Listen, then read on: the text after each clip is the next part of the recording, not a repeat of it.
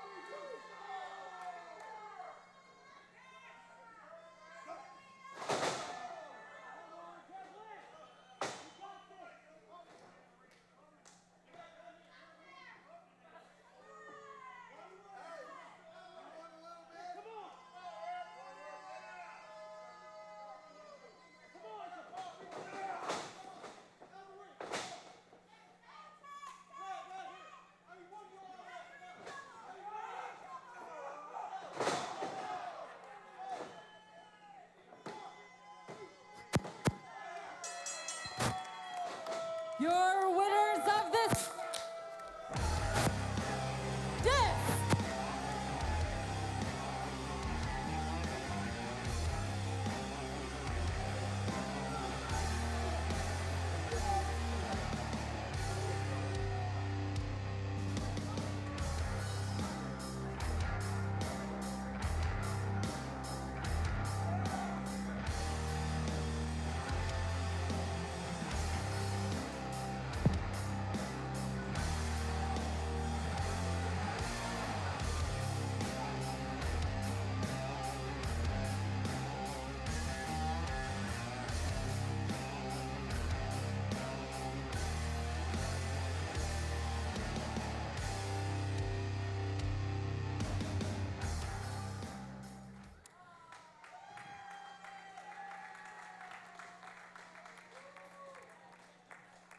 All right, guys, no OVW show would be complete without our broadcast team.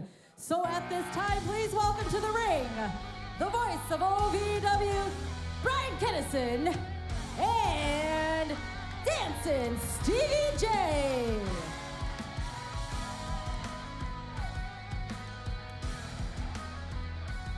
Shannon the Duke, the radio heavyweight champion. You guys should all be standing up. And of course, the radio heavyweight champion, Shannon the Dude.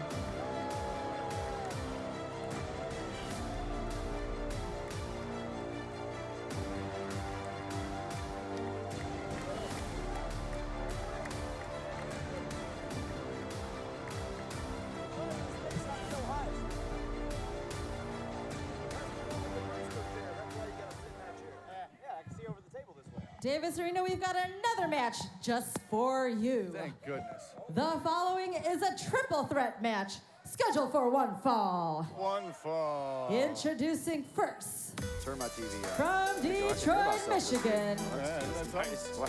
Actually, Actually, what? representing the Black Diamond Club Oh, from the thank nearest God. nightclub. Good. There we go. He So is scared.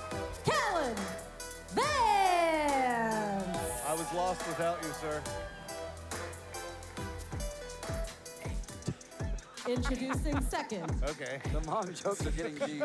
from even make sense anymore, Detroit, but they're still Michigan. funny. No, He's still been funny. A1 since day one. Z. Yeah, D. it's like the breadcrumbs with the whatever. Oh, I already forgot my. She does. She does. It smells like a bread factory. What are you doing? Introducing third, There we go. from Benton County, Crowd was a lot lighter than I Indiana. expected. Big Yeah, maybe Whiskey. there are no Jared walnuts. Maybe it's because we did ringside too. Oh, your Rackey. fault, Brian.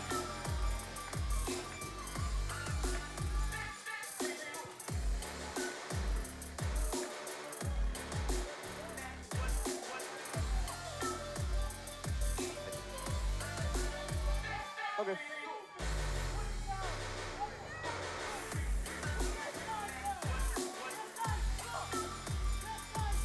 Yeah. Yeah. Saturday night, baby. Yeah.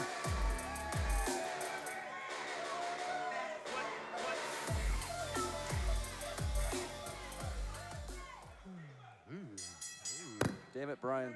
Yes. Yeah, no, yeah. It's... Good start. Where's those cardboard cutouts? Let's fill in this section over Yeah. here. Like they did during COVID in the NFL games.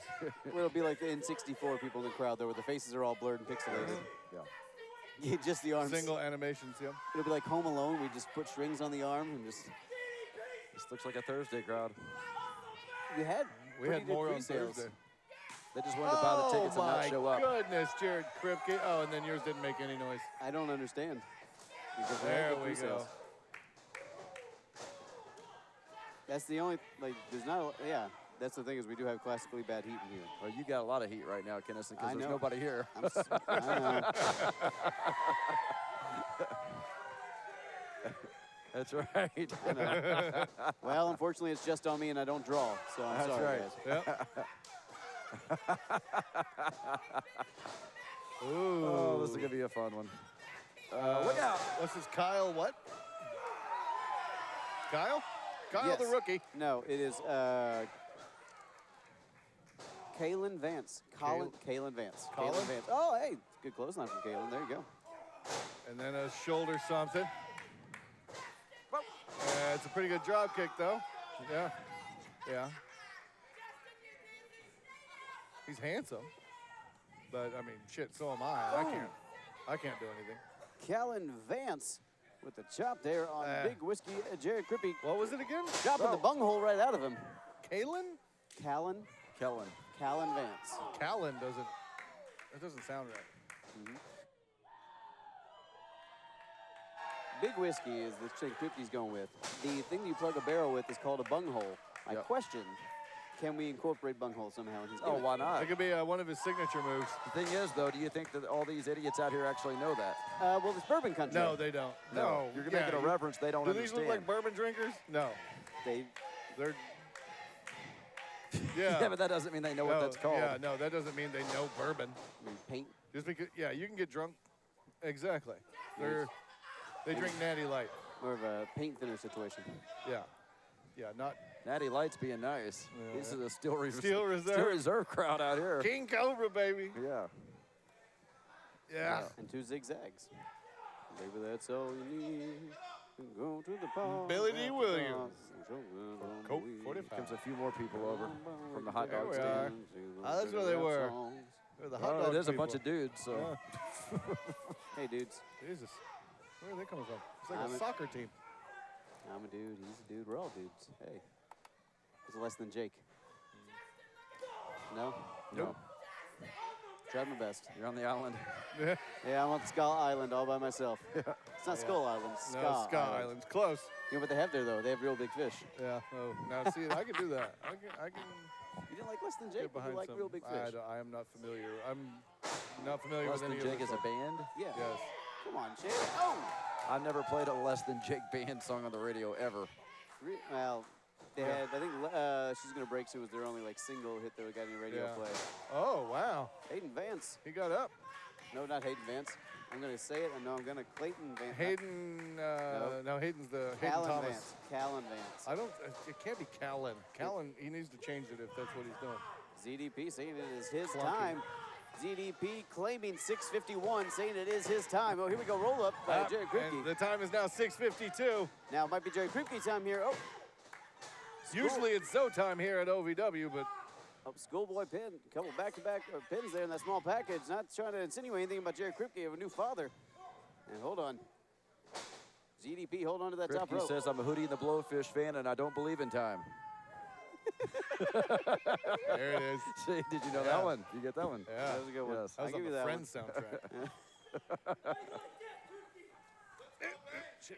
Time after time, you continue to surprise me. I think it's time to take her home. Hey, in time, we'll be dancing in the streets all night. That was an STP reference, which I'm sure you didn't get. No, I didn't. I mean, I went straight to Bill and Ted and Robbie Rob. Yes. But it works for this match, you know, take Yes. it home. I haven't been paying. Oh, is it time to take it home? Time to take her home. Hi, Jared. You're doing good. Proud of you, kid. Yep, here you need a shot. You got this, Kripke. He's pinning him. Don't focus on the shot. You focus on the match. Where did all learn- your focus needs to go. You did learn a thing or two from my mom, it seems. It could be like, we call it like the bunghole blast, and it could be like an ass drop from the top rope, and it'd be a whiskey thing. We but can't not be really. a butt thing because we're talking about the plug in the barrel. I mean, there are. A plug is an insult. She's got the thing that's a forearm with a fist. Yeah, no, it's Wow, okay. yeah. It's more of They a call it a stink fist. It's called it's more of a barrel, more of a barrel than a plug. It's because of all the wood chippings in it, you see. Like those orange man. traffic. Holy Good smokes. God! Far better than our normal commentary. Yeah, Yeah. this is exactly what we should be doing. Yeah, ZDP needs to roll away and roll home. Music, word jokes, and stop talking about bungholes. And the Stink bunghole fist was blast. actually a Tool song, so it actually is a musical Hey, there we reference. go. Oh. Yeah. But, well, that would give him, we can't do that. That's more of somebody that has a butt gimmick. Oh, lung blower. We can give it to Luscious Luscious Lawrence. Lawrence. Yeah, the stink fist. Right in the lung hole. The lung hole. There we What's go. Kripke doing? Something. He's too drunk to be that high up on the... He must be Top of the drinking. He's lookout. thinking crazy. Oh, Cripes on Friday. Kripke with the full rotation there. Can he get a full count? He got it. Yeah, he did it. Good for him. He got the full count. Your winner of this 3 balls match, and 2 strikes. Jared Kripke. He fucking did it. Check that guy out. He's going to have a baby. That's right. Kripke's so skinny his nipples touch.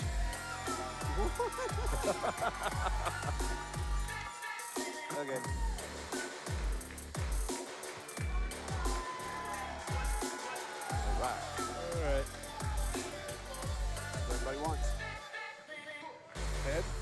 No, they want to open up 100.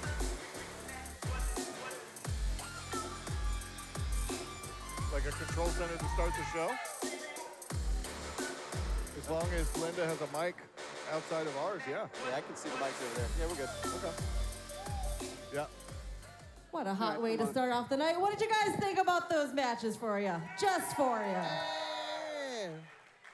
I also hear we have a special birthday in the house. We have As Layla opposed to here. every other time where I it's just a believe you're regular sitting birthday. right along this one's ringside actually here. special. Layla, there you go. Let's wish everybody, Layla, a happy birthday.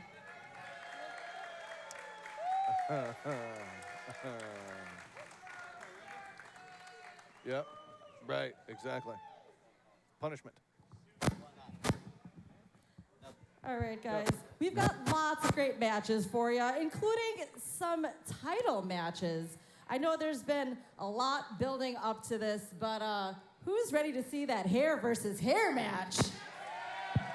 There we go. Yours is working. It's been weeks in the making.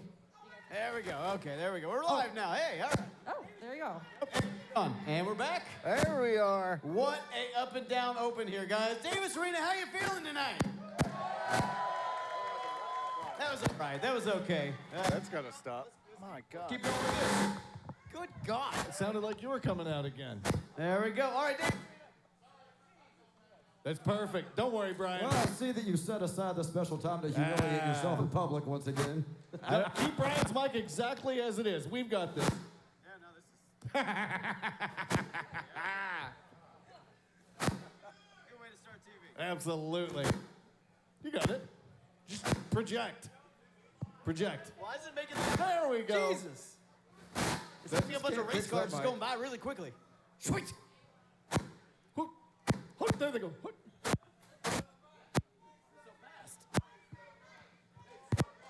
Fix the mic. There we go. They're trying to tell you something. There Nobody we wants to are. hear you talk tonight.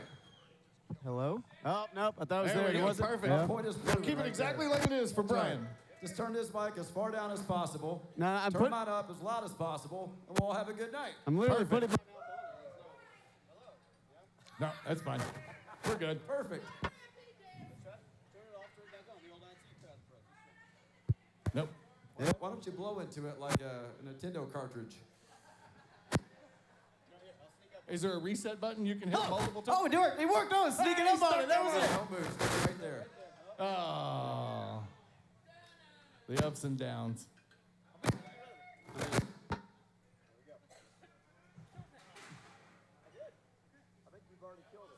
Yeah, it's dead. It's kind of slow death. There we are.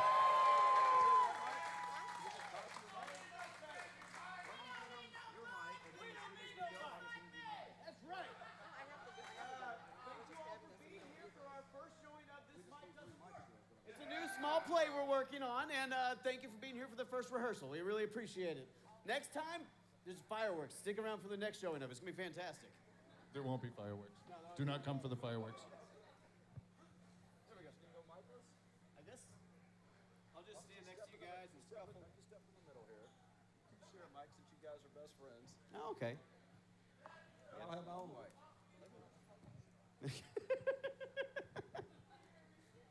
All right. How much time do we got? 2 minutes. My God. Beers, McFlurries, cheeseburgers, and Social Security numbers. They let you do that.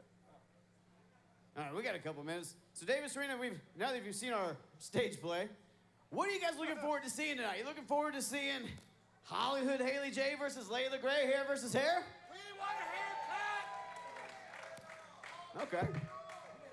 Are we looking forward to the Outrunners, the youngest men alive, defending their tag team titles against Bankroll? Okay. What about Rush Division Championship, Hood Ninja Isaiah against Luke Curtis? Okay, all right. Now, you guys couldn't possibly be here to see a six-man ladder match, could you? No, I mean, you guys aren't here to see people like Mr. Spectacular, Jesse Goddard, Shotgun Tony Gunn, the King of the Sacks, Joe Mack, Louisville's own son, Dustin Jackson. Well, guys, we got less than a minute, and you know what? You're going to see all those guys and more in our main event tonight, a six-man ladder match to determine the new Country Boy Brewing Kentucky Heavyweight Champion. Is that something you want to see?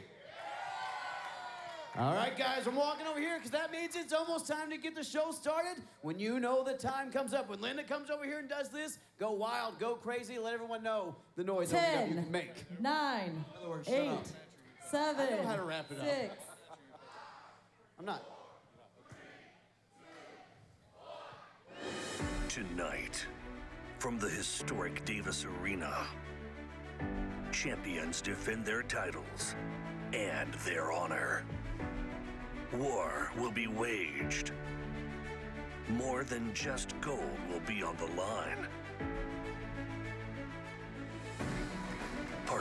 lives will become stronger. Will a boyhood dream become a reality? Will a newcomer fight his way to gold?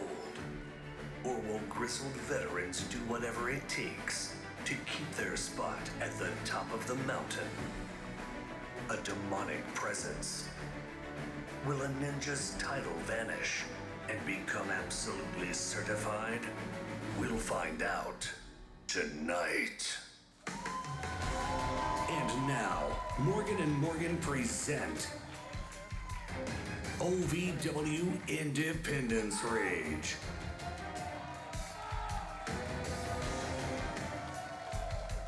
Hello, everyone, and welcome to OVW Independence Rage, where independence will rage tonight, folks. We got action from top to bottom. We're talking about Hollywood Haley J in a hair versus hair match against OVW Women's Champion Layla Gray. But Steve, that is not all. That's right, Brian. We've got the tag team championships on the line here tonight with the champions, the youngest men alive, the Outrunners, going up against the biggest men in all of professional wrestling, Cash Flow and Dimes, Bankroll. And tonight in our main event, it is a six-man ladder match to determine the new Country Boy Brewing Kentucky Heavyweight Champion. Names like Ryan Howe, Joe Mack, you got Tony Gunn, and of course the guy who runs the place, the face that runs the place, the guy who has won just about every title there is to win in OVW, and the next Country Boy Brewing Kentucky Heavyweight Champion. I'm talking about Mr. Spectacular, Jesse Goddard. I can't wait to see him climb that ladder and take that title down. We're going to see if that happens. We're also going to see if Rush Division Champion Isaiah can hold on to his title when he faces off with certified Luke Curtis. But that is all coming up tonight. We have action all over the place, and there's only one way we can get it started. Linda K., my ma'am, tell him who's fighting. You've got it. Your opening contest is scheduled for one fall with a 10-minute time limit. Introducing first, from Austin, Texas, Manny Domingo.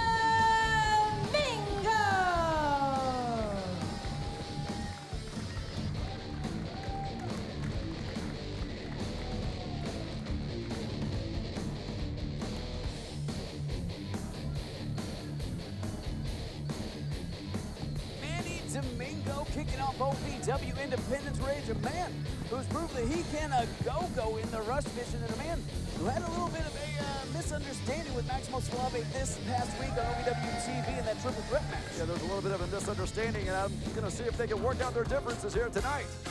I'm not so his sure they opponent, can. from Spanish Harlem, New York, is the Rican sensation, Maximo Suave. Sometimes the best way to work out your differences is a good old-fashioned fist fight. I think that's what we're going to see. My grandma always used to say, Shannon, sometimes you got to take it outside. And right now, these two are taking it inside the four-sided circle here, the squared circle. We're talking about the ring, and these two are going to settle their differences in the ring like two professional competitors, like two professional wrestlers, and two of the best in the sport here, Manny Domingo and Mr. Maximo Suave. What a way to kick off OVW Independence Rage, a night that's going to be so full of action, so full of excitement and unpredictability, guys. That's right, Brian, but excitement and unpredictability will start here with a handshake as we go, Whoa, ladies and gentlemen. Almost threw up in my mouth. Nobody likes sportsmanship. Sportsmanship gets you nowhere in OVW. Was it the smell of your upper lip? Did that make you bump? Yeah, okay, you're right. But you know what? You don't like sportsmanship. No, but that these jacket two does. do. Oh, come on. This is a good jacket. Maximo Suave backing up Manny Domingo in the corner here. Now, guys, we are kicking off OVW Independence Rage with OVW Rush Division action. An unpredictable, high-flying, fast-paced division known for its unpredictability, and we're kicking off with it. I mean, this is where we're starting. It's only going to go up from here, Brian. We have got some of the best action in all of professional wrestling here tonight. And these guys having a little bit of a stalemate here down the middle. Both men so aware of the other man's offense, usually working as a team, working as a unit tonight on opposite sides of the ring. And they know each other's offensive stylings. They know the unpredictability of the other one. So neither one wants to just jump straight into this headstrong. You Both of them kind of filling each other out right now. Exactly. Waiting for the yourself. first person to make the first mistake in this match. And Shannon, that's all it's going to take. These guys know how to capitalize. They know how to get moving on your feet quickly. So, yeah, one mistake is all it takes, and then you capitalize, get that 3-second count. Ooh. Relatively new to OVW are both of these competitors, but that does not mean that they are relatively new to professional wrestling. Both of them have been around the United States, around the world, plying their trade. And now here tonight. Steve, you're not wrong. Now, both guys relatively new to OVW, but OVW Rush Division Championship being defended later by Isaiah and Luke Curtis. And that's the thing. That title's up for grabs later. We may have a new champion. Isaiah may hold on to it. Yeah, I think both these guys have that title in their sights, though. Want to impress OVW management tonight. Want to get an opportunity. Oh, there we go. Hurricane Run. What? Did you see How that? did Maximo just land on his feet? That very action encapsulates what the Rush Division is all about. And you know both of these men have that very championship in mind. Maximo's like a cat. No matter how you drop him, he lands on his feet somehow. Here we go. These guys, well, landing on his back there. Now, guys, looks like they're hitting the gas a little bit here, starting to put a little bit more intensity into it. No one's slowing things down here, guys. Now looks like we're starting to go. Working more of your Spanish style, more of a luchador style between these two due to their heritage. And right now, hold on. Manny Domingo going? Dupe Suicida to open up here. Manny Domingo taking out Maximo Suave. This crowd coming alive. Manny Domingo feeling it, guys. Now, the Rush Division, all about momentum, garnering it, and moving forward like a juggernaut. And I got to tell you, Manny Domingo right now bottling up that momentum. Yeah, both of these guys would love a shot at the Rush Division Championship. Everybody's knocking on the door of Isaiah. The only problem is he always keeps disappearing every time that they see him. Oh, God, well, that bruise isn't going to disappear for a while. Manny Domingo kicking a field goal into the back of Maximo Suave. I'm sure Maximo wants to disappear, maybe go back to the locker room, nurse his wounds after that huge kick, and now Manny in firm control here. Manny Domingo wisely slowing down this match, slowing it down, cutting off the airways. You can't breathe, you can't fight, and you definitely can't compete in the Rush Division, which runs on full throttle gas. Hold on. Maximo Suave fighting out of it, trying to save himself a bit. Oh, God. Drop kick. But hold on. Little oopsie-daisy back in, rolls him through it. Oh, beautiful counter into a kick to this dome there. Oh, the God. momentum that both of these men had carried over. Great counter wrestling. Maximo, beautiful offense there, but can he capitalize here? He's taking a lot of damage, and you can see it on this kind of limp state of his body, but Maximo's starting to feel it now. Yeah, Maximo looks like he's trying to put him away. Maximo looking for, he got that waist lock. I think he was going for a German suplex, but Domingo found his footing too quickly. Ooh.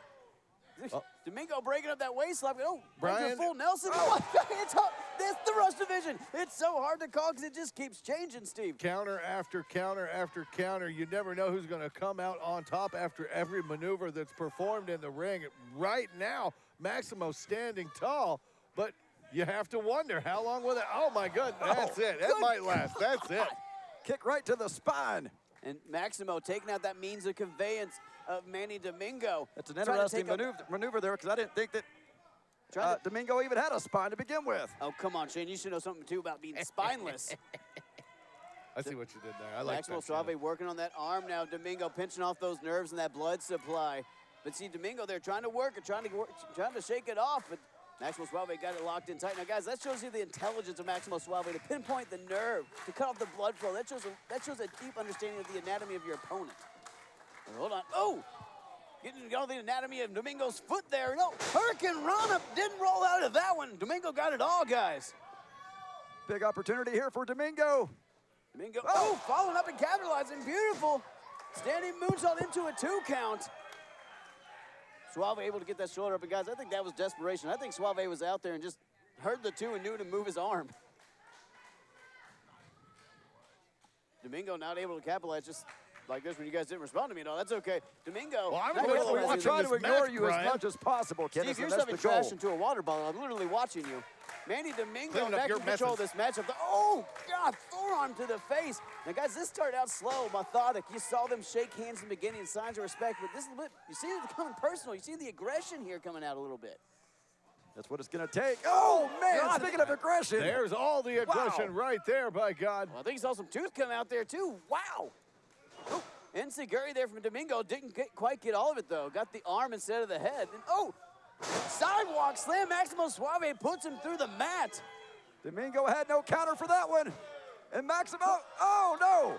As we mentioned at the start of this match, these two know each other so well, so they're able to counter each other move after move, time and time again. Like I tell you, with friends like this, who needs enemies? You can counter all you want, guys, but you're seeing the heart, you're seeing the determination, you're seeing the grit come out of these guys. You're seeing them holding on, fighting for pride, fighting for respect, but also fighting because they know what's on the line. I mean, OVW management has to be watching this, especially for after the hell for later they've been going through in this first matchup. You got to think that the winner of this match might be next in line for Isaiah's Rush Division Championship. Domingo, 2-count Maximo Suave, capitalized pin of his own here. Had more leverage, but still couldn't quite get it. 2 counts back to back. These two are just back and forth as they have been the entire match. Crucifix pin. Crucifix bomb nearly had him there. 2 count again, and another roll through. Hold on. These two just have counter after counter. And Steve, to your point earlier, these two just know each other so well. They know all the ins and outs of one another's offense. You got to think they're going to the woodshed, trying to think of things they did when they weren't a team, when they didn't know each other, to try to throw the other one You got to off. think that they're trying to surprise one another, but there will be no surprises between this two, we go. these two in this match. I don't know. That looked like it surprised him, Steve. His eyes about popped out of his head after that big forearm. After all the flipping and flying, now here's what it really comes down to. A couple of punches into the face. It's just a good old-fashioned fist fight. Shane, you're absolutely right. This division is known for its high flying, known for its daredevil antics, but right now it looks like it's just broken down to chops, fists, whatever you can do to lay waste to your opponent. Well, at some point, you got to think the frustration sets in that you're not able to put away your opponent, so you're going to take every measure you can to get that done. You see the frustration is building on both of their faces here. Maximo's wondering, what is it going to take to put Manny Domingo away? Maximo Suave running his hands through that hair, showing the frustration, showing the aggression that's starting to come out. I mean, Shane, to your point, what do you have to do to put Manny 2 Domingo away? minutes remain in this We've match. only got 2 minutes left in this match. And that is not going to help their anxieties at all to know not only do you have to put your opponent away, but the time is clicking down. I mean, the pressure is on. They need to move with a little bit of urgency here. I don't know if they even heard Miss Linda talk about the fact that there's 2 minutes left because they're so deep into the action here, so focused on the task at hand. Both of these guys are sucking wind, digging deep with anything that they have left, trying to finish this match, and they've only got now about a minute and a half to do it. Well, Shannon, diamonds are made out of overwhelming pressure, and right now these guys are feeling it. The clock is ticking down. You're not going to get more seconds. Can you put your opponent away in time? Can you prove you deserve to move up the ladder? Going for a pin here, Manny Domingo. Is he going to be able to get Maximo over? This is a big waste of time is what this is. We're down to about a minute. Burning through the clock. A stalemate here in the middle of the ring. These two giving it their all, and both men holding on. Oh, hold on, broke it up. Their Irish whip into the corner. Oh. Suave right into the boot. Oh, and Domingo bringing up that knee. I mean, guys, so back and forth. It's just a pendulum of a match, and that's a tornado. 1 minute That's gonna be it right there. in this match. 60 seconds left in this match. Domingo needs to find a way to get the cover. Manny Domingo got all that DDT, but it took some out of him as well. The wear and tear of this match has taken some out of Domingo as well, and he wasn't able to capitalize into a cover. This crowd trying to will these two competitors on, but both men still down after this 3 hellacious opening seconds bout. remain. How much time? She said, seconds, Shannon, mere seconds. We don't even have minutes left. It is seconds. The clock is ticking. Neither of these men have moved. Domingo trying to get to Suave, but Suave still down, gasping for air here. We're down to 10 seconds. 10, 9, 8, 7, 6, 5, Domingo's 4, going. Is that it? 3, 2, 1. Wait, what? What happened? Did he get it? I think the referee is saying that. Ladies and gentlemen, it's a due time. to the time limit expiring in this match, this is a draw. A draw.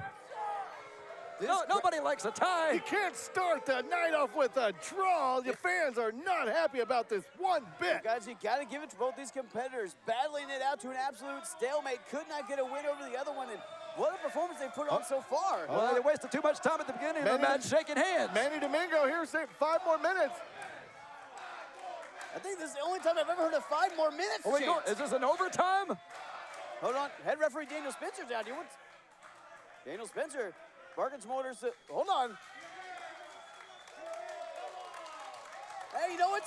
Hold Ladies on. and gentlemen, a referee has decided to restart this match. There we go. That's Hey, right. It's Independence Rage, but it must be Christmas in Davis Arena. This crowd got their 5 more minutes.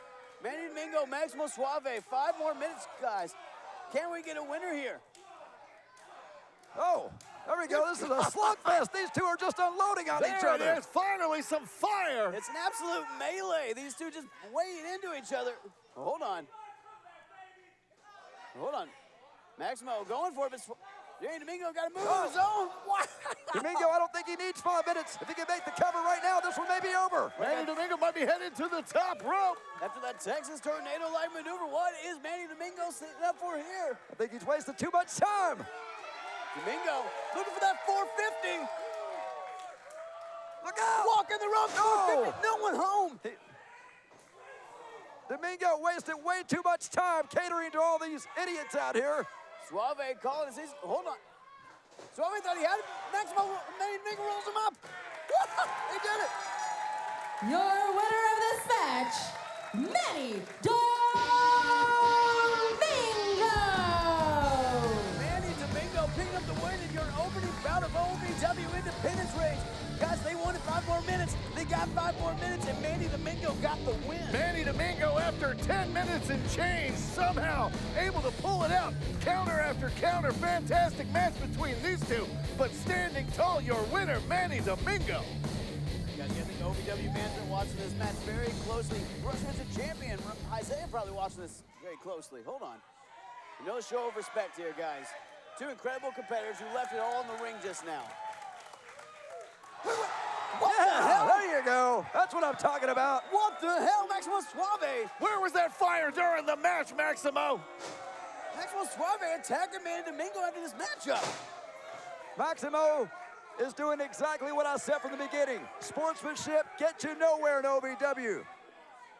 Maximo is looking to climb the ropes here in OVW. Watch Climb out there, the don't rungs. strike the referee. Now that's real trouble. Maximo Suave showing There you the go. disrespect to his former friend, his former partner, Manny Domingo. Kicking dirt on who is now a bitter enemy. Manny Domingo showing who the better man is in so many ways in this matchup, picking up the win. Maximo Suave, just ridiculous. And folks, sorry to kick off OVW Independence Rage on such a high note and bring us so far back down, but we got so much more action for you tonight. Manny Domingo, we're gonna check out by the medical staff there. Manny Domingo does not look like the victor, but picked up the win. Again, a huge win for Manny Domingo. What a way to kick off OVW Independence Rage, folks. Well, we got so much more action coming up tonight, including the main event, a 6-man ladder match for the Country Boy Brewing Kentucky Heavyweight Championship. Who's gonna walk away with that title? Maybe it's 7 foot tall Joe Mack. Let's hear from the gigantic Canadian in the back. Independence Rage underway. It's Eric Cornish, and I'm here with one of the 6 competitors in tonight's ladder match main event. And the most inexperienced man in the match, it's Joe Mack. Inexperienced? Are you forgetting that I'm the #1 contender for that title? I already beat 11 pieces of trash to become the #1 contender for the Country Boy Brewing Kentucky Heavyweight title. And now I gotta beat 5 more pieces of trash? That ain't gonna be nothing but a cakewalk.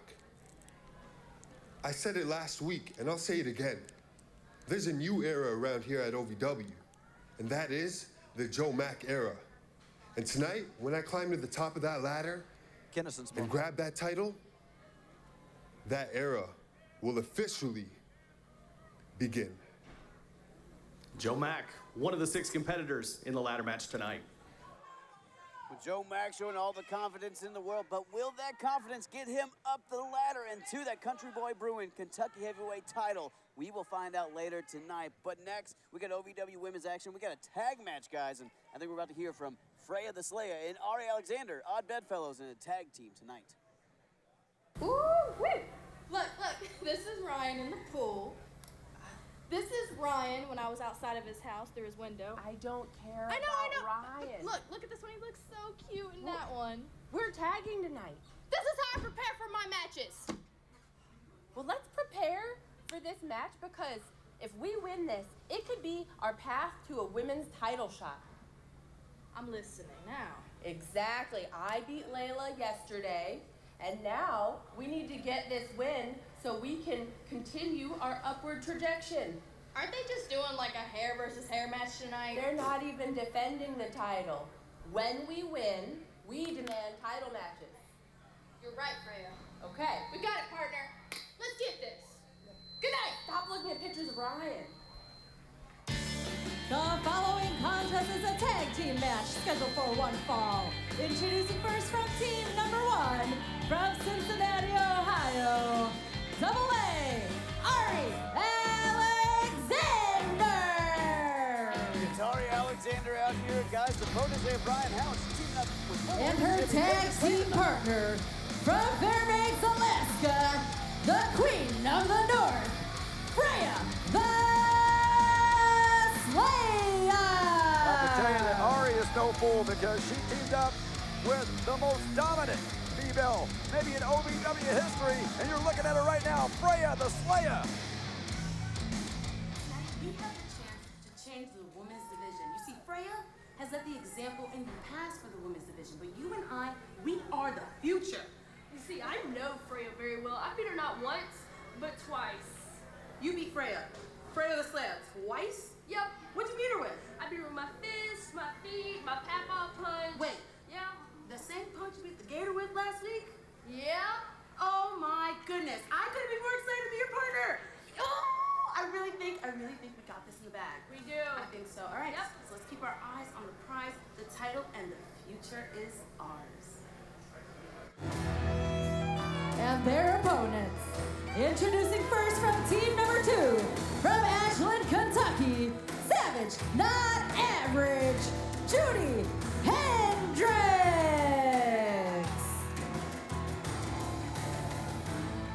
Judy Hendricks, Savage, Not Average. And guys, I want to see the papaw punch style, if I'm being frank. What? What? And her tag team partner, from Bronx, New York, La Princesa, Tiffany Nieves. Tiffany Nieves, who made her OVW TV debut just this past Thursday, already looking at tag team action here when the lights are at their brightest here at the OVW pay-per-view Independence Rage. To your point, just 2 days ago on OVW TV, making her debut. Tiffany Evans quickly becoming a crowd favorite, though. You're hearing the OVW faithful come alive for La Princesa. Great attitude, great outlook on things, a cancer survivor, and then went in to achieve her dreams of becoming a professional wrestler. She's got all the tools in the shed and wanted an opportunity to prove that against Ari Alexander and a former OVW Women's Champion, Freya the Slayer. Here we go, collar double tie-up here, starting out Ari Alexander and Tiffany Nieves. Now, guys, you got to think everyone in this match wants to prove themselves, wants to get OVW management's attention, wants an opportunity to face Layla Gray for that OVW Women's Championship. Yeah, they're looking for the attention of the champ and nobody else. Simple as that. And tonight, they're going to prove a point. Ari Alexander and Freya the Slayer are coming in here motivated against these two newcomers, and they're looking to prove a point. Now, you got to think Freya the Slayer, especially the woman who lost the OVW Women's Championship to Layla Gray, definitely wants to get back in title contention, wants another opportunity to have that OVW Women's Championship next to her Queen of the North. Oh, got Tiara. But come on, I mean, maybe the other three, but I don't think that Freya the Slayer really has anything to prove to anybody in OVW, whether it be management or these fans out here. Shannon, she might not have anything to prove, but she has to fight her way back to the contention. That's how it works. And right now, she's got a great opportunity to do so, but so do Tiffany Nieves and Judy Hendricks. I mean, a win over the former champion and one of the top contenders in the women's division like Ari Alexander would be huge for Judy Hendricks and Tiffany Nieves. Speaking of Judy Hendricks, here she is. Savage Not Average and double team here on Ari Alexander. Blatant double teaming right there. Come on, ref. Come on, ref. Get her out of the ring or disqualify him. Spinning back elbow there. Wasn't. Brian, do you care to elaborate on what the papaw punch might be? I'm dying to know. I think that's when you get punched by your papaw. Kinnison probably got a lot of that as a kid. Like a wise man once said, when I see it, I'll tell you. Well, what Judy Hendricks is about to see is Freya the Slayer. You mentioned the light shining bright here in OVW's historic Davis Arena. Every time Freya the Slayer walks by, there's an eclipse because she's so tall. And Freya might have just beat the lights out of Judy Hendricks there. And Freya the Slayer knows what it's like to shine brightest under the beautiful lights of DC Productions here as the women's champion right now. Tag team action, though. Working as a team, have to work together. And guys, we also want to say thank you for watching OVW Independence Rage, sponsored by Morgan & Morgan and the Morgan & Morgan Summer Tour. Couldn't be happier to be teamed up with one of the finest law organizations to ever exist. Oh, I think that was the mama kick from Ari Alexander right there. Well, now I think you're just making things up. Oh! Ryan Howe taught Ari Alexander how to do that. 10 2-point Ari Alexander under the tutelage of Ryan Howe, being shown the ropes of a former OVW heavyweight champion. I think she learned it on the tour bus. Uh-oh. Tiffany Nieves around the world going for the pin. Ooh, Freya the Slayer in to break it up, though, guys. That might have been 3. Freya the Slayer knows exactly what to do and when to do it, and that's why she was and will be again the OVW Women's Champion. That's right, I said it. Look at Ari, stomping, pulling hair, doing whatever it takes to come out on top. Ryan Howe taught her those moves too, by the way, just so you know. I'm sure Ryan Howe taught her a lot of things on the tour bus, including those moves. But you know what? We're going to see Ryan Howe later tonight in that 6-man ladder match for the Country Boy Brewing Kentucky Heavyweight Championship. And guys, I got to tell you, I mean, Ari hanging out with Howe has probably been incredibly beneficial for her. She's learned a lot from her former OVW Heavyweight Champion, and I got to tell you, I got stuck in a golf cart with the man, and he might be insane. Oh, yeah. He also might be a genius. Okay, you like Ryan Howe now. I'll tell you, watching Ryan Howe and Ari or Guitari together is kind of like watching Rock of Love. You remember that show with Bret Michaels on VH1? Unfortunately, I do. Oh, Nieves trying to get away from Freya the Slayer. Oh! Headbutting the back of the head of Tiffany Nieves. That's more of a butt. A corner. If you're saying that Freya's head looks like her butt, that's a story for a different day. Well, I think we were looking at things from different angles, Steve. You need to adjust your eyesight and be a gentleman. There we go. Freya the Slayer sending Tiffany Nieves into her partner's boot there. Good teamwork here between Ari Alexander and Freya the Slayer, isolating Tiffany Nieves, cutting that ring in half and not allowing her to get to Judy Hendricks. Ooh, snapmare takeover. Picking her apart is the team of Freya the Slayer and Ari Alexander. Tiffany Nieves, in only her second match in here in OVW, is swimming in some really, really deep waters. Steve, you're not wrong. Oh, Nieves, though, looking pretty astute at swimming, trying to get to her partner, trying to get that tag to Judy Hendricks. But Ari smartly grabbing that leg, breaking it up. And again, Ryan Howe, former OVW Tag Team Champion, might have also given Ari some tips going into this matchup. Nieves desperately needs to get that tag, guys. She needs to get Judy Hendricks in, the fresh competitor in this matchup. Well, that may be what she needs, but what she's getting is Freya the Slayer right now. Shannon, if Freya and Ari could continue to be able to double team Nieves like this, it might be over sooner rather than later. Judy Hendricks saving the match for her team. What is Judy Hendricks doing? Judy Hendricks is cheating. Her papaw would not be proud of that. Oh, come on, Shannon. Breaking up the pin. You get some little bit of leeway here in these tag team matches. At least they're not double teaming like Ari and Freya. Brilliant strategery by Ari Alexander and Freya the Slayer here. Judy Hendricks causing the distraction, costing her partner there. Well, you saw Tiffany Nieves. Tiffany Nieves tried to start something here. Tried to fight back. I saw the second lady you mentioned, the first one. Got here. Oh, nobody home.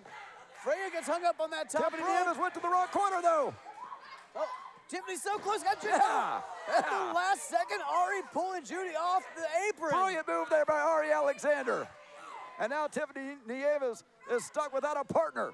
Nieves so close to getting that much-needed tag, so close to getting a little bit of rest, but... Yeah, close only counts in horseshoes and hand grenades, and now she's exactly where she doesn't want to be, and that's in the corner of Freya and Ari. Again, this ring cut in half, and Tiffany Nieves is isolated in that corner of Ari Alexander and Freya the Slayer. Solid strategy by both women in this tag team matchup. I mean, I don't appreciate the double teaming. I don't appreciate the cheating, but I will say they've had quick, solid tags and have learned to work as a team pretty damn quickly. Ari Alexander looking for something here. Oh. That's right. Look at Ari. Yeah. Now, I know for a fact that she learned that from the rock star. That's right. There's the Howe hip shuffle. We see it. Ari Alexander maybe pulling on the ego of the rock star. Guitari is the world's most dangerous groupie. Oh, going for it again. Trying to stomp on that distortion pedal, but Tiffany Nieves is able to get out of it. Can she get the tag here? The desperately needed tag. There we go. Judy Hendricks is in.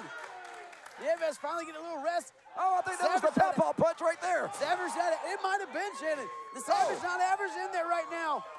She's looking very savage right now. Laying waste to the other team, laying waste to Freya, laying waste to Ari. Having spent all that time on the outside of the ring watching her partner get demolished, now she's finally able to have a little comeuppance.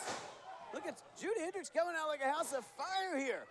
Not backing down, but breaking down Freya. Chopping down the tree. A little bit of sweet shin music, but ran right into a huge choke slam.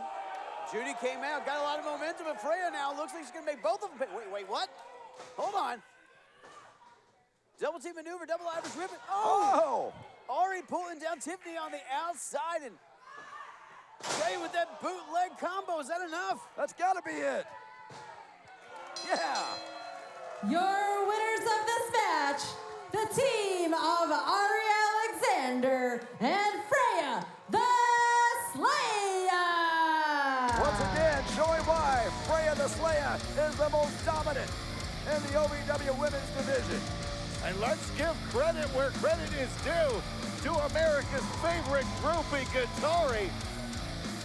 Unbelievable win by these two. Well, never mind. That was plenty believable going up against those two. These two former champions, of course they won. Who am I to judge them? Come on. Incredible women's tag team action here. Freya the Slayer and Ari Alexander picking up the win here at Independence Rage. But folks, we still have so much more action to come up, including that six-man ladder match for the Country Boy Brewing Kentucky Heavyweight Championship. And we're about to hear from another competitor in that matchup right now. Tonight at Independence Rage, 6 men will try to climb the ladder and gain the Country Boy Brewing Kentucky Heavyweight Championship. Could it be Kentucky's own, Louisville's favorite son, Dustin Jackson? Man, Eric, man, I am so nervous right now. There's a lot going through my head. Because, you know, I'm thinking about being a little kid, going to the shows at Six Flags Kentucky Kingdom, watching guys like Brock Lesnar, John Cena, CM Punk, dreaming to myself, as a kid, maybe one day I can be like those guys. And so 6 years ago, I came here to OVW Wrestling to chase my dream. And it's been a lot. It's been a lot. I mean, we've been everywhere. We've been to Bardstown. We've been to E-Town. We've been to Paducah. We've been to Somerset. We've been everywhere all around. And it's all because I wanted one thing, one dream. And that was to become a champion, like Brock Lesnar, like John Cena, like CM Punk. Tonight is my night. And I'm gonna do it for each and every one of you that come out to the shows. For my dad that had to put food on the table, that never quit his job, just for me, I'd do it for you, man. And tonight, I'm gonna be the Kentucky Heavyweight Champion. From one Louisville guy to another, man, best of luck to you. Tonight, Dustin Jackson's in that main event. A heartfelt promise from Louisville's favorite son, folks. We're gonna see if he can fulfill it later tonight. But we're going to go ahead and hear from a man who knows a thing or two about chasing dreams. There's only one way we can bring him out. Linda, if you would, please. Please welcome to the ring at this time, our OVW National Heavyweight Champion, Mahabali Shera.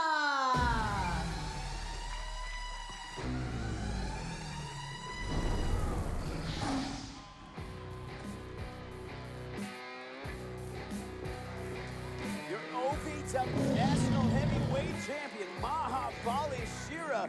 Guys, you gotta think, Shera's out here with one thing on his mind, and that must be the Cowboy James Storm. Well, I'm wondering what exactly is on Mahabali Shera's mind, because number one, he's not scheduled to have a match tonight, so what's he doing out here wasting everybody's time? He's ducking challengers is what he's doing.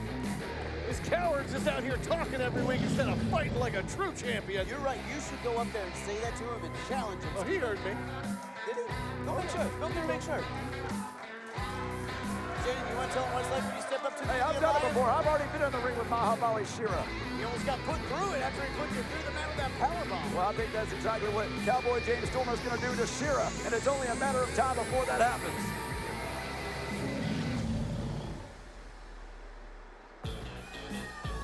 And he also beat your client for that championship. Let's not forget.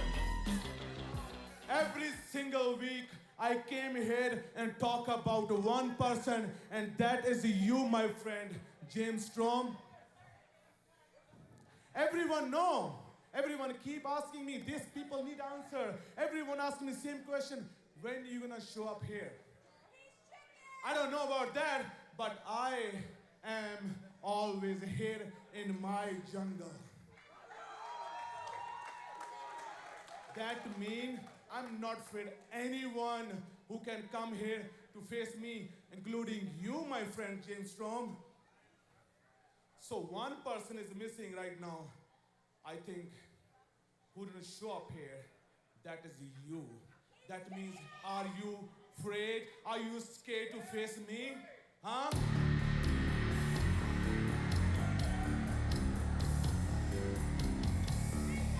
Hold on. We know that music. What the hell is Big Zo doing out here? I think Big Zo is tired of hearing Mahabali Shira run his mouth. Folks, this is Independence Rage, but this might be Zo time. Are you serious? Are you serious? You out here talking about you ain't scared of a cowboy shooting blanks? Guess what? I ain't no damn cowboy, I'm a beast. You come out here week after week after week. Brother, I've been out here year after year after year. 2016. Since 2016, I've been the heart of OVW. Since 2016, week after week, year after year, 3-time television champion, 3-time longest reigning tag team champion. So you come out in your jungle, brother, this is my house. This is OVW. So let me tell you something. You might not be scared of James Storm. I know you want to wrestle your friend. But tonight, you're going to fight a beast if you ain't no punk. I know you got a little yellow streak on your back. Oh. I hope that don't mean you're a coward. Because tonight, I remind all these things. Tonight, I remind all the boys in the back. Tonight, I know I've been through a rough patch. I've been so busy being the heart of the family and helping to propel everybody else that I forgot about me. But guess what? Tonight, I got my swagger back. And I'm gonna show you why I should be holding the gold. And you're gonna find out what time it is. So time. Big Zo, my LOB brother, coming out here and laying it down. You ain't speechless, are you? Say it. Cat's got his tongue. You accept. I am here, man. I'm the lion of this jungle. And you talk much, a lot of talk I can hear. I hope you show up what you said here. Oh, yeah. And if not, you know what I'm gonna do to you. And everyone know what's gonna happen to him, right? Do it tonight, right here. Very soon.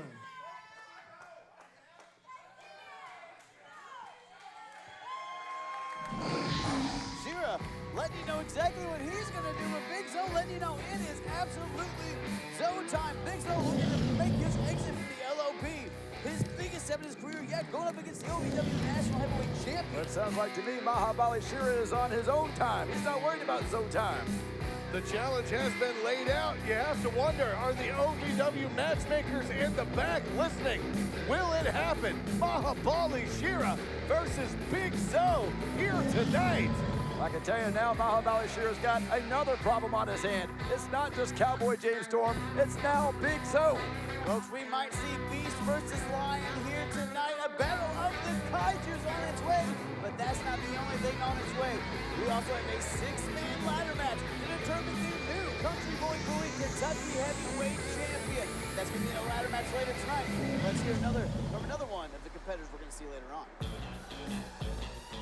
In tonight's main event, it's 6-man and a ladder. And of course, on the line, the Country Boy Brewing Kentucky Heavyweight Championship. One of the competitors here, good fella Matt Vine. Are you ready for the match tonight? Eric, am I ready for the match tonight?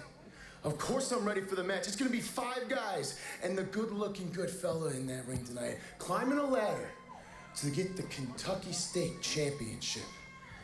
And I tried to say this last Thursday, but I'll tell you right now, nobody is gonna stop me tonight.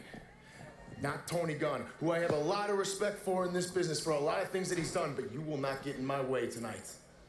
Not even Jesse got his. I'm pretty sure doesn't even train anymore. He just goes to those Hollywood collagen injections. He's about as fake as his teeth.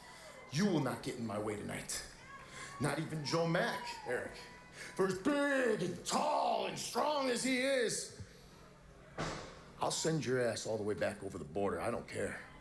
You will not get in my way. Dustin Jackson, the hometown hero. Boy, you don't know the sacrifice I've had for this business. You will not get in my way tonight. And then the former heavyweight champion, Ryan Howell. The Brit, the American rock star. I don't know who he thinks he is today. All I know is one thing, is my British accent is just a little bit better than yours. And you will not get in my way tonight. I'll see you all out there, boys. A lot of good men in the match, but only one good fella, Matt Vine. I don't know who Matt Vine thinks he is. Nobody talks about Mr. Spectacular like that and gets away with it. Now, guys, we've known Matt Vine for years. Never seen him more serious, never seen him more focused. But we are going to find out later tonight if that focus is going to get him the Country Boy Brewing Kentucky Heavyweight Championship. But that's not the only title on the line tonight, folks. It's Independence Rage. The Rush Division Championship is on the line. And certified Luke Curtis gets his shot at the gold. And I think he's standing backstage waiting to give you his thoughts right now. Ladies and gentlemen, coming up next on Independence Rage, it's your match for the OVW Rush Division Championship. Your number one contender, certified Luke Curtis. Isaiah, tonight you have made the very, very foolish decision to put your Rush Division Championship on the line against certified Luke Curtis. So let me tell you how tonight's gonna go. When I lock you in the certificate of authenticity and I crank back as hard as I can, I'm gonna put so much pressure on your vertebrae that right before it snaps, you'll only have one option, and that is tap out. And when I take that Rush Division Championship, let me tell you what I'm gonna do. I am gonna hang it above my fireplace. I am gonna sit on my leather sofa and sip champagne while I marvel at its beauty every single day. Because certified is what certified does. But you see, it's not all that bad for you, Isaiah. Because when you step in the ring with me, you're gonna make a lot of money. Just not as much as me. So let me leave you with this. Welcome to the Luke Curtis Show. This is the rest of your life. Learn to live it.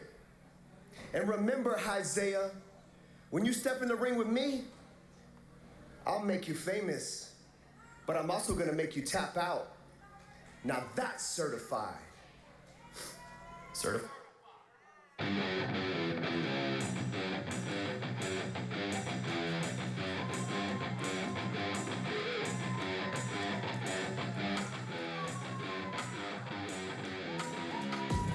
Certified Luke Curtis, not mincing words, guys.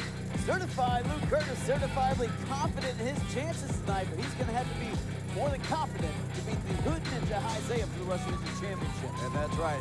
After it happens tonight, after Luke Curtis does pin the Hood Ninja, that Rush Division title is now going to be certified. The biggest moment of this young man's career happens here tonight at Independence Rage. The OVW Rush Division Championship on the line next. This is always a tough assignment, but the Hood Ninja Isaiah, the OVW Rush Division Champion, you've got certified Luke Curtis tonight. Your plans for this match? All right, hi. Certified Luke Curtis says he's going to hang the championship title above his mantle. Are you going to let him do that tonight?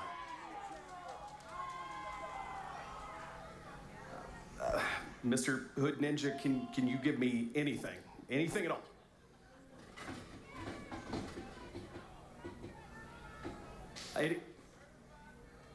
What the hell?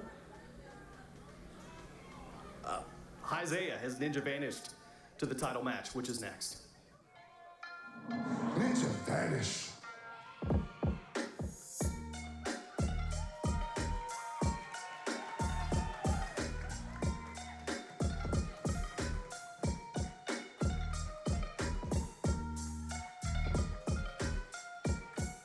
Isaiah, obviously a man of few words.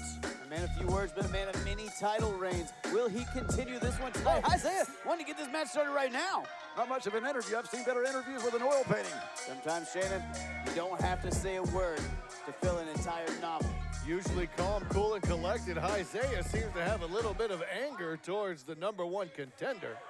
Don't forget, Hood Ninja Isaiah is a son of brutality, Steven. The following contest scheduled for one fall is for the OVW Rush Division Championship. Introducing first, the challenger from Miami, Florida, certified Luke Curtis.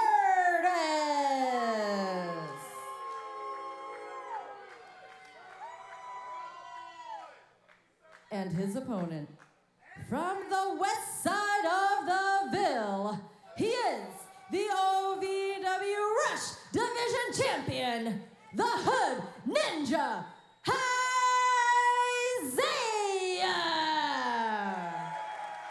Tension's high, guys. Feels like a duel at high noon. Look at the stare between these two, the million-yard stare between Curtis and Isaiah. Rush Division champion hanging in the balance. And while the Rush Division might be one of high-flying and death-defying stunts, guys, I think this is going to be a ground-and-pound, tooth-and-nail sort of fight. This is going to be intensity at its finest, ladies and gentlemen. So sit back, get your popcorn ready, because you are getting ready for a show. That is the most aggressive collar and elbow tie-up I have ever seen in my life. Well, there's another one for you. These are going to rip each other's ears off. Very seldom do you see the running collar and elbow, but here we are, these two. Isaiah doesn't need his ears anyway. Luke He Curtis doesn't listen to anybody. Luke Curtis looks like he was a little done with that back and forth, goes for the kick, but Isaiah ties it with that waist lock.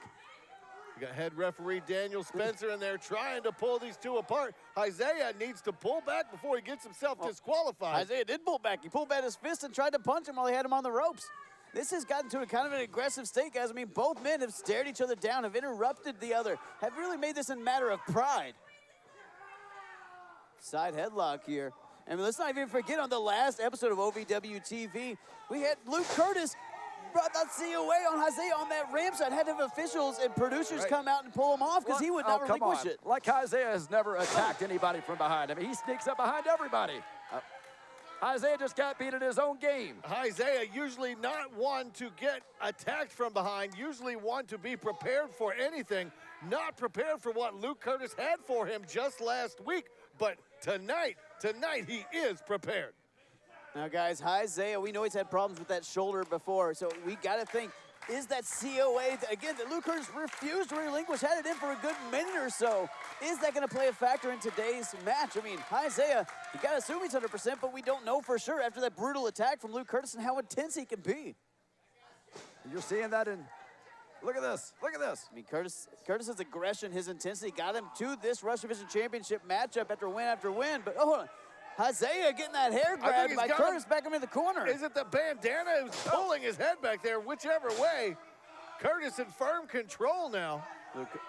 Luke Curtis telling you, I'm certified, not shy about telling you how great he is, but also not shy about whatever it takes to get the job done. And what a huge win it would be for Luke Curtis after a few short months of debuting here in OVW. Oh, no! Oh, God. To win the Rush Division Championship here at the Morgan & Morgan Tour Independence Rage. Luke Curtis went so high on that one, I bet he's going to reach up there and grab the Country Boy Brewing title that's hanging above the ring. Shane, you're not wrong. Someone will be grabbing that later tonight in the six-man ladder match, though. But these two vying for the Rush Division Championship in a little bit of pride. You got to think Isaiah wants his pound of flesh for that blindsided attack that Luke Curtis performed this last week on OVW TV. Luke Curtis standing on the outside of the ring, taking the time that has been afforded to him. Brilliant move by the #1 contender here. Well, guys, Isaiah wants his pound of flesh, but later on, someone's going to get their pound of hair in that hair versus hair match. Hollywood Haley J and Layla Gray facing off later on in a hair versus hair match. So make sure you stick around. You're not going to miss that. But right now, Rush Division Championship on the line. And, guys, I know it might not seem like a Rush Division match right now, but they're slowing things down, dictating the pace. Not want to make a mistake. I think that's Luke Curtis's way of trying to get into the head of Isaiah. But it's not working out right now for Luke Curtis. Isaiah with a spear there, so let's hurry up and die punches. Hurry up and die punches. Luke Curtis in a bad spot. There you go. Certifiably bad Luke spot. Curtis getting to the ropes to break it up. It's like Isaiah, Very intelligent move right there by Luke Curtis. Luke Curtis just trying to get out of harm's way, trying to get out of High's way. Oh, Look, you see Isaiah coming down off that top rope, and he's kind of stepped down onto the face of Luke Curtis. I don't know if that was a legal maneuver. If I was Luke Curtis, I'd be calling Morgan and Morgan, see what I could do to press maybe a class action lawsuit after that highly illegal maneuver. Shades of Buzz Lightyear, Isaiah following with style onto the face of Luke Curtis, and now capitalizing and shoving that same face into the steel steps. Isaiah back in this matchup now in control. You see the Ninja being methodical. Isaiah stalking Luke Curtis right now. Isaiah using that ninja-like quickness. And hold on, right back on the attack, trying to get this crowd behind him. And ooh, open palm strikes to the face there of Curtis. I knew this crowd couldn't count to 10. Hold on, Isaiah. Oh, monkey flipping Curtis halfway across the ring. Luke Curtis in trouble here, guys. Looking like he wants no piece. The Rush Division champion. He might have picked off more than he can chew here, and I think Curtis is starting to pick up on how dangerous the Rush Division champion can actually be. Well, let's talk about how dangerous Luke Curtis can be. Oh, yeah, you're seeing it right there, and Isaiah just felt it. His own momentum took him over the top rope, peeled to the outside here. Luke Curtis. Referee Daniel Spencer, you see him in the ring saying, you do it like that on purpose, again, you're going to disqualify. Let him know over the top rope is completely, off the limits. completely unintentional. He would I know never have that. done something You know like that on that. purpose. Luke Curtis would Come never on. do that. Curtis had a small hand in it, but it was High's momentum. But again, referee Daniel Spencer just clarifying, just making sure the competitors know. Luke Curtis back on the attack, heading to the outside. Ooh, stomping those fingers of Isaiah. All of those strikes that Isaiah likes to perform might be severely hampered after that huge stomp, but everything might be severely hampered after he's getting his head beat in outside of the ring by Luke Curtis. This is turning into a certifiable ass kicking right now from Luke Curtis. Just a boot to the temple of Isaiah. Curtis on the attack now, breaking this thing down into a fight on the outside of the ring. Nothing fancy. Breaking down the Ninja here. We usually do not see Isaiah with such a state of vulnerability. Luke Curtis in firm control. Luke Curtis reminding these fans what's written on his butt. He is certified. I think he was showing them how firm it is. They're not mutually exclusive. Luke Curtis, though, wants to be certifiably the Rush Division champion. And it looks like Luke Curtis is well on his way to making that a reality. Ooh, Curtis says, I'm taking this over, and then lands that beautiful snap suplex. See Isaiah immediately grabbing that lower back. He might have been right. He might be taking over. We might be seeing the beginning of a new era in the Rush Division, the certified era. And you heard Luke Curtis before this match. He's already picked out where he's going to put that championship if he can win tonight. But Isaiah is no easy feat. Isaiah is no off night. He is the Rush Division champion for a reason. And Luke Curtis is going to have to find a way to put him away. That's my OnlyFans tag name, Easy Feet. Oh, I know. My mom subscribed. Luke Curtis working over High in the corner, but High trying to fight out of it. Ooh, there we go. Southpaw from Isaiah, but Luke Curtis bringing up that leg and breaking up the momentum of High. Ooh, God, Irish whip with everything in him, Shannon. That's right, Luke Curtis looking like $1 million, but he needs the cover. Two count. Isaiah able to get the shoulder up. Hey guys, Isaiah, a man of few words, but you saw it in his eyes. Ready for tonight, ready for a fight. But Luke Curtis telling you, I'm going to make you famous, and I'm going to make you tap. I mean, these guys couldn't be more opposite. I mean, you just mentioned Isaiah doesn't say a word, and Luke Curtis, he'll tell anybody that'll listen that he's the best that there is in OVW. Luke Curtis says enough for the both of them, maybe for most of us out here. Oh, hold on, come on. Look at Curtis using that top rope for the leverage and that abdominal stretch. It's strictly to keep his balance. Smart move. On. Smart move by the #1 contender. Referee Daniel Spencer double check and saw him do it now, grinding those ribs, grinding them. You guys, that's going to hurt your ribs. That's going to cut off your air passages. Oh, come on, using that top rope again. I think Luke Curtis just, like Stevie said, lost his balance there. I think Luke Curtis starting to develop a strategy here. Completely unintentional, kind of like when Isaiah flew over the top rope earlier. That was unintentional. You guys are certifiably ridiculous, I'll tell you that much. Luke Curtis again using that top rope. Come on. And the referee got him this time, breaking him up. Oh, how dare you, Daniel Spencer? You have no right. How dare Luke Curtis grab the top rope even as the referee tells him not to? That's literally called cheating. Luke Curtis now in the face of the referee, not paying attention to Isaiah, and that might cost him here. Oh, no. What does the Hood Ninja have in mind? Oh, springboards him into that top turnbuckle. Face first, blasted into the corner. His face went in first, but those legs went limp. And you're seeing Isaiah favoring that abdomen after that stretch from Luke Curtis and that leverage he got. Ooh, And he had the forearm ground into his ribs throughout. You know Isaiah's having a hell of a time trying to breathe, let alone compose any sort of a game plan here. Working with one arm here, Isaiah's going to have to improvise, going to have to yes and his way through it. The Rush Division champion, though, he's got there for a reason. He knows what it's like to fight from underneath. Ooh, Isaiah bringing up those knees from underneath. Curtis is dazed and confused right now, but he had the in-ring awareness to try to get to the corner, to the ropes, to where Isaiah can't get any kind of offense on him. I think Luke Curtis is grabbing at the stars he's seeing. Oh, but now he's grabbing Isaiah by the belt, pulled him into that middle turnbuckle. Both men giving everything that they've got. Uh-oh. Certified dropping that knee pad. The knee pad is down. You see that intensity come out of Curtis. You see that aggression. If he hits this, we might have a new Rush Division champion. Curtis coming out. Oh, nobody home. Isaiah rolls through. Ninja vanished once again, right in the nick of time. Isaiah's got him up on his shoulders here. Luke Curtis, though, holding on for dear life. He's raking the eyes, raking the nose. His face, his nose, his eyes. Isaiah. Digging those nails into the nostril and eyes of Isaiah. The referee, I guess, doesn't see it. Luke Curtis is doing whatever it takes. Oh, he's countered. He's got the COA locked in. Or does he? Curtis countered that rake of the eyes into the COA. Isaiah's stuck, and this is just like Thursday night on the ramp, but this is for the Rush Division Championship. Right now, Isaiah's trying to CYA, but I don't think he has anywhere to go. He's stuck in the middle of the ring. We noted High's previous problem with his shoulder. We noted this last Thursday when Isaiah was locked in this for a minute straight. Oh, he's wrenching it in. Look at it, he's grinding it. Curtis wrenching back as hard as he can, grinding that in, trying to rip that shoulder out of socket. Guys, I think Highs went limp. Are you? Is that it? We got a new champion. We got a new champion. Yeah. And new Rush Division champion, Luke Curtis. You can put the certified stamp on it. We got a new Rush Division champion, certified Luke Curtis. I can't believe what we just saw. I mean, the previous shoulder issues, the damage on Thursday night, clearly too much for Isaiah, passing out from the pain. And we now have a new Rush Division champion. We got a new Rush Division champion, How great is certified Luke Curtis. Well, I know that Isaiah didn't say I quit because we know that he doesn't talk, but he clearly tapped out. Isaiah passing out from the pain after that excruciating pain from the COA. Guys, we still have so much more action to go, but we don't have a new Rush Division champion that's certified. Luke Curtis. Certified Rush Division champion. Isaiah didn't tap out on that one. He napped out. He was out cold. Well, guys, that is not the only title that's going to be on the line tonight. We've been talking about it all night. We got the six-man ladder match for that vacant Country Boy Brewing Kentucky Heavyweight Championship. And one man who wants to take it home is Shotgun Tony Gunn. And he is in the back right now to tell you exactly what Arkansas's favorite son has to say about tonight's main event. With me, a participant in the six-man ladder match for the Country Boy Brewing Kentucky Heavyweight Championship, Shotgun Tony Gunn. What's my name? Tony Gunn. No. What is my name? Tony Gunn? Linda, I know you can do better than this. What is my name?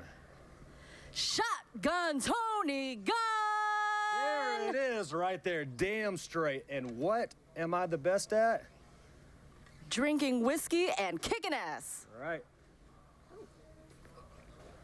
Well, I'm drinking the whiskey today. There's just one thing left to do.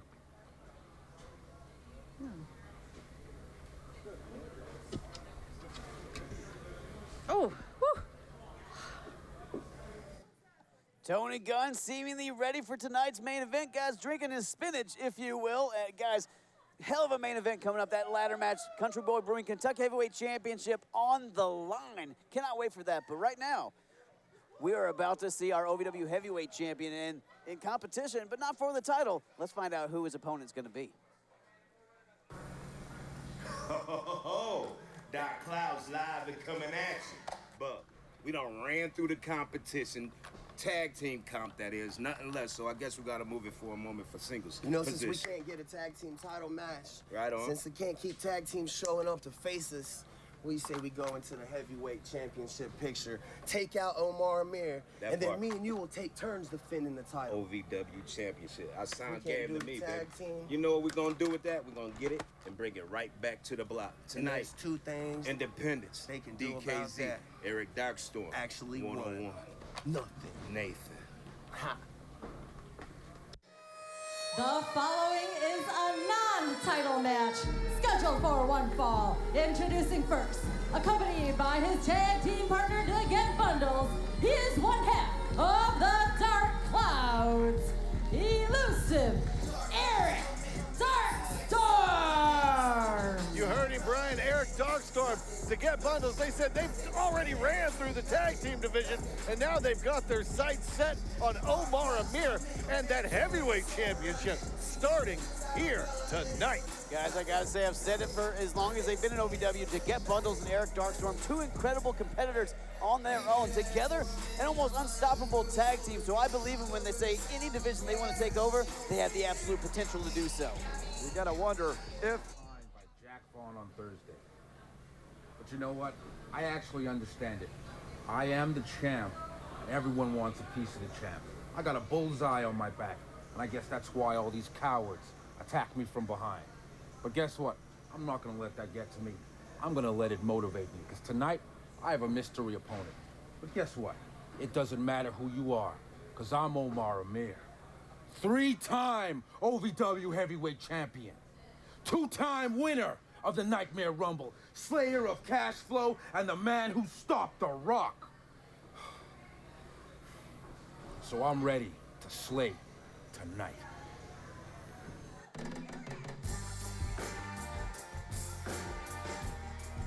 His opponent from Nassau, Bahamas, he is the OVW Heavyweight Champion, Omar Amir. Omar Amir, guys, telling you, I'm a multi-time heavyweight champion, Nightmare Rumble winner.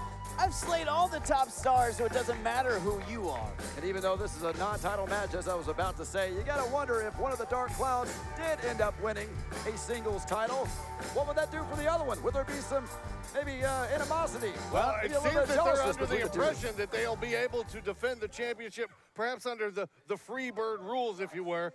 I don't think that's exactly how it works. I don't feel like that's how it works, but who am I to question? Hey, they said it in the back, and I'm not going to tell them they can't. No, That's they can do whatever they want as far as I'm concerned. That's but, OVW management's who the job. hell am I? But right now, Omar Amir in their I keep one-on-one asking against myself Eric that every Darkstorm week. of Who are Dark you? Clouds.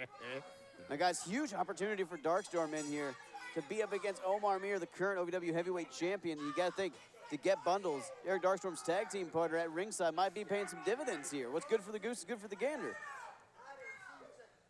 Right now, I think Eric Darkstorm is, playing a little mind games with Omar Amir, but Omar was ready for it. Oh, here we go.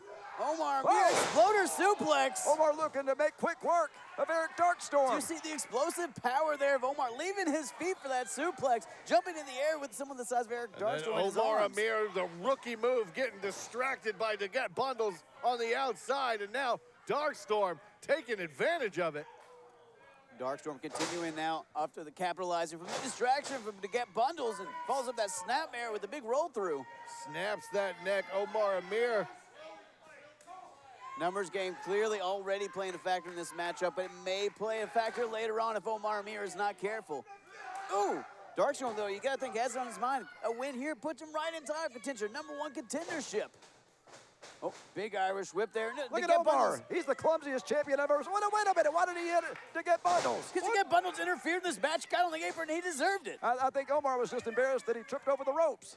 I think you're just embarrassed that your face looks like that. Omar Amir in trouble on the ropes there from Darkstorm. Darkstorm attack right back. Oh my God! Did you hear that? Wow! What a chop there. Omar Amir, they heard that one in the Bahamas. Omar Amir reeling. May have caused a tsunami in the Bahamas.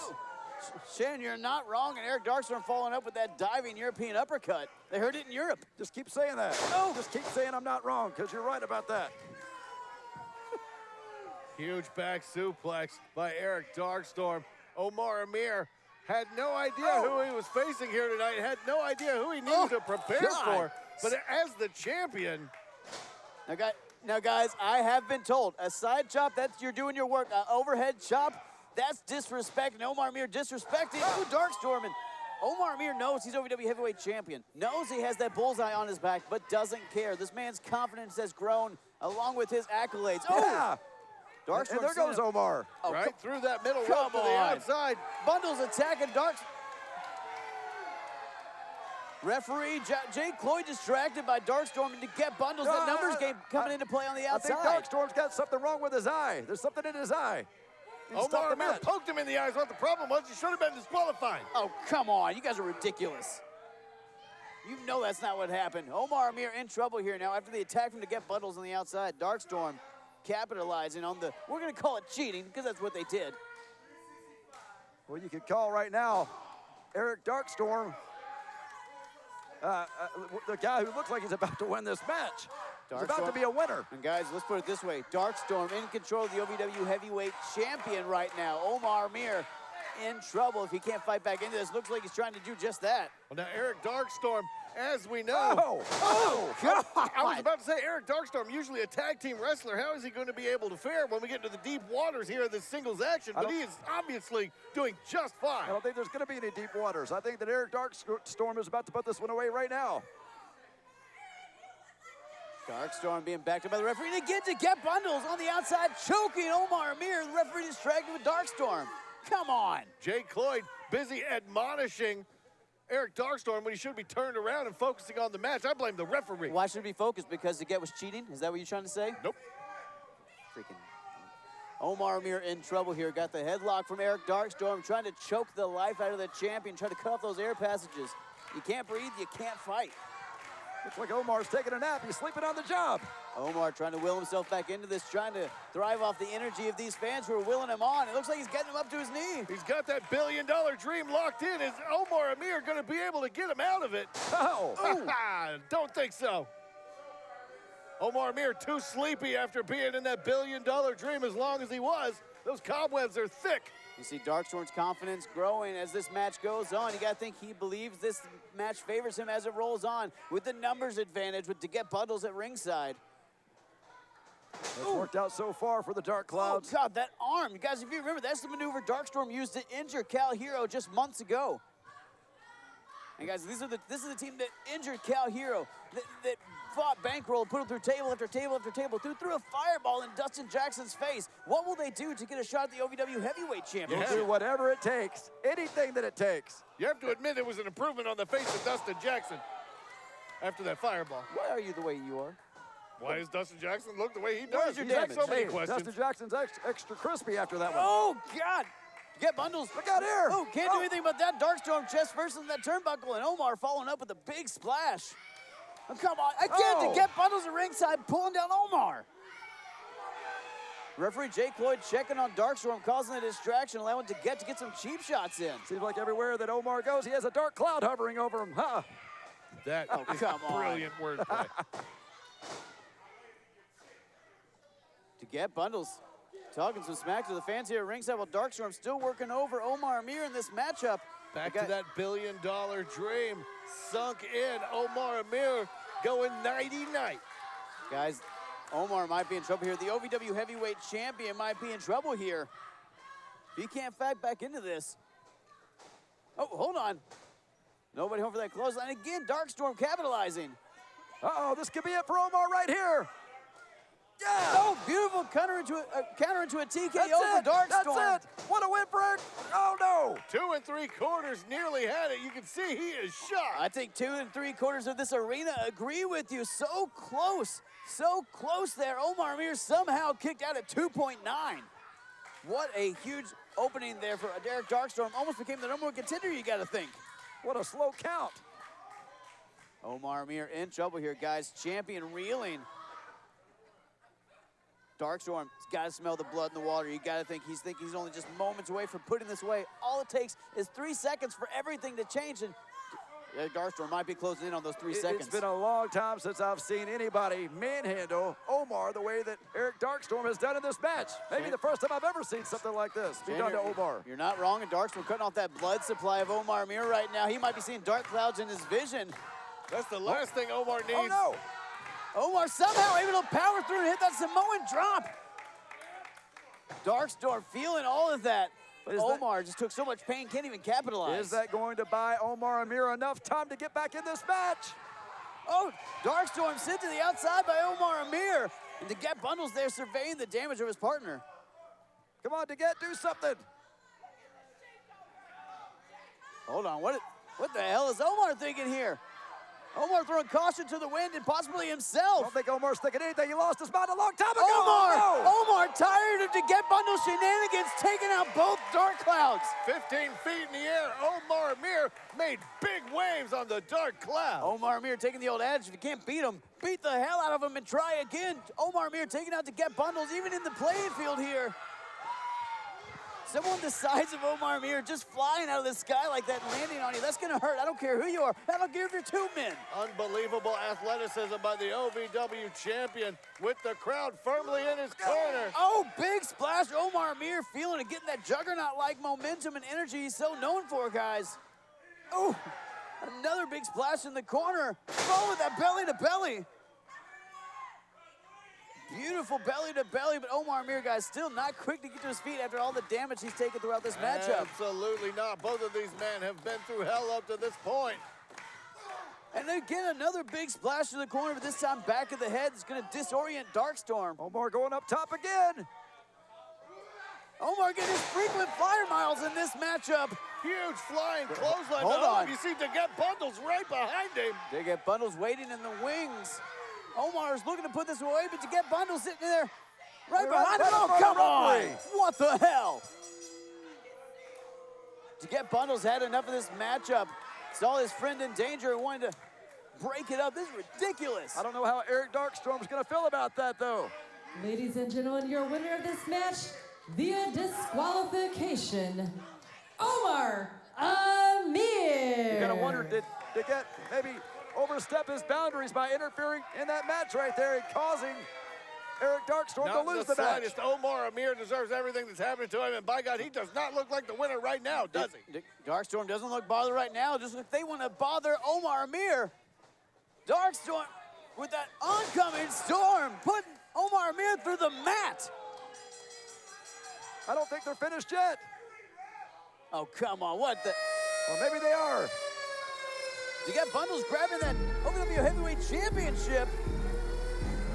think they're telling Omar that Omar Amir's reign as heavyweight champion here in OVW is about to end.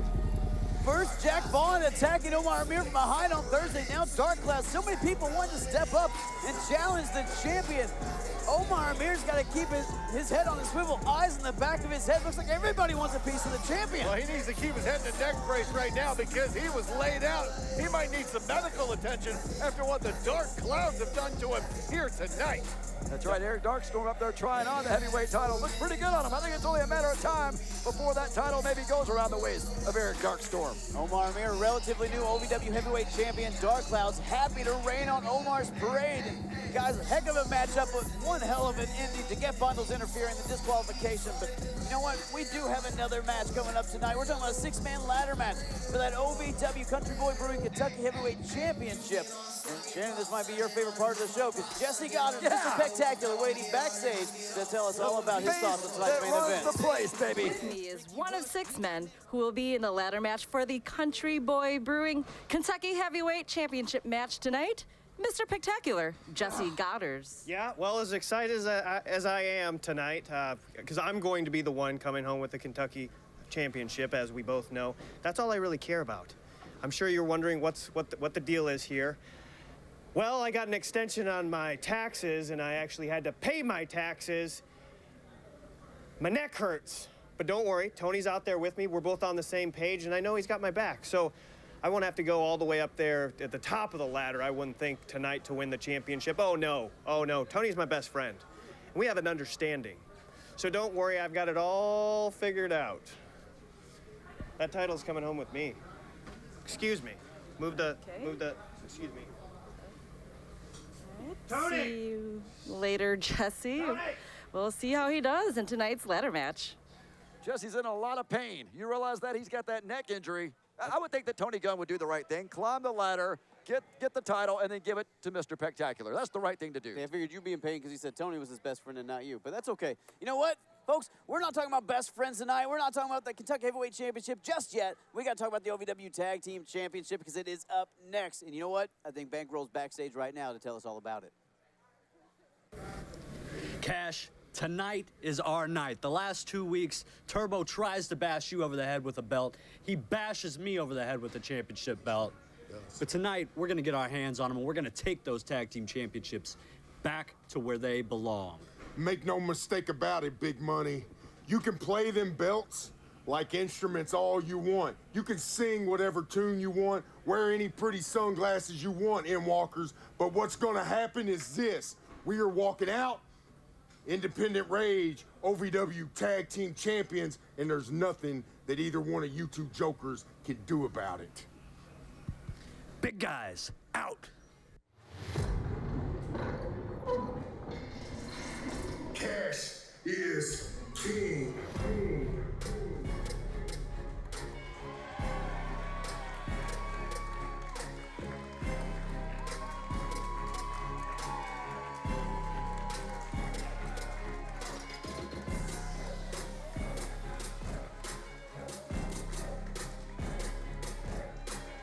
The world's largest tag team has made their way to the ring.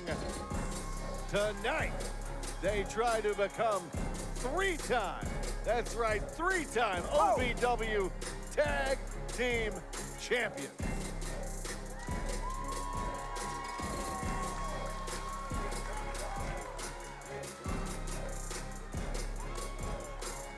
Dimes, cash flow.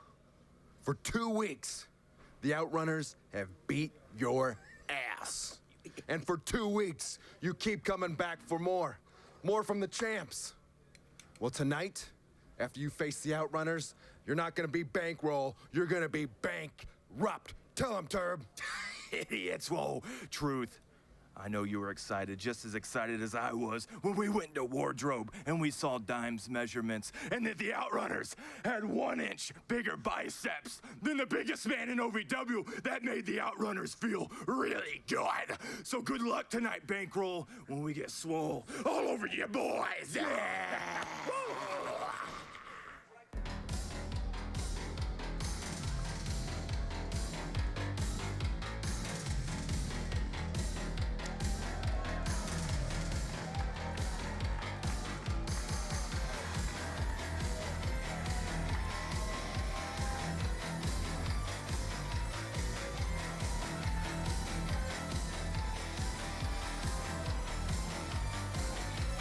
Eat your heart out, Sean Kemp. Eat your heart out, John Stockton. Eat your heart out, Scottie Pippen. Eat your heart out, all of the 1996 NBA All-Stars. You're looking at the Outrunners. You're looking at the Mark Summers of professional wrestling. Too cool for school, with numbers even, a 2 and a 4.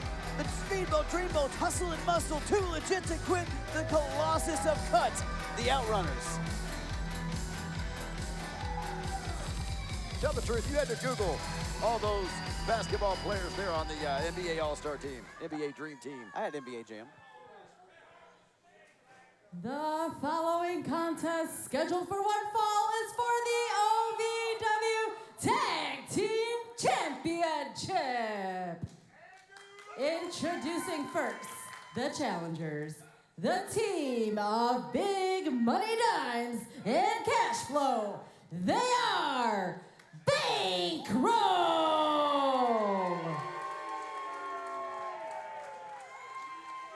And their opponents, from Miami Beach, Florida. Oh, special instructions for the ring announcer. The Outrunners have requested the following introduction. Hailing from their jet skis in Miami Beach, Florida, at a combined weight of at least 511 pounds. At least. They are the Speedboat Dreamboats, the Hustle and the Muscle, Too Cool for School, the Sultans of Swole, the Men with the Golden Glutes. They are the OVW Tag Team Champions, the youngest men alive, Truth Magnum, Turbo Floyd, the Outrunners. The youngest men alive. I believe all those other things. I don't know if I believe they're the youngest men alive. Well, I make them babies. I've heard of championship intros before, but that was a championship of an intro. Good job, Linda Kay, the Outrunners, for writing that novel for her. She left out a couple of, forearm pharaohs. She left out a couple different ones. You think the Outrunners really came out of the womb looking like this? They might be. I know that they were wearing the sunglasses. I saw the, was it the Doppler radar photo? Yeah. And Turbo had the same hair. I know that for a fact. There you go. Thank you. You would know. All right, guys, here we go. I don't know why OVW I said Tag that. Team Championships on the line. Bankroll challenging the Outrunners, the bicentennial 2020 champions. Cashflow trying to get his fans behind him here, trying to get the OVW faithful to cheer on Bankroll in their attempt to be three-time OVW Tag Team Champions. But guys, they got a huge task in front of them. The Outrunners have been on an absolute tear lately. The Thigh Masters have beaten team after team after team, and including Bankroll. They got the golden glutes. And they got the golden belts, Shannon.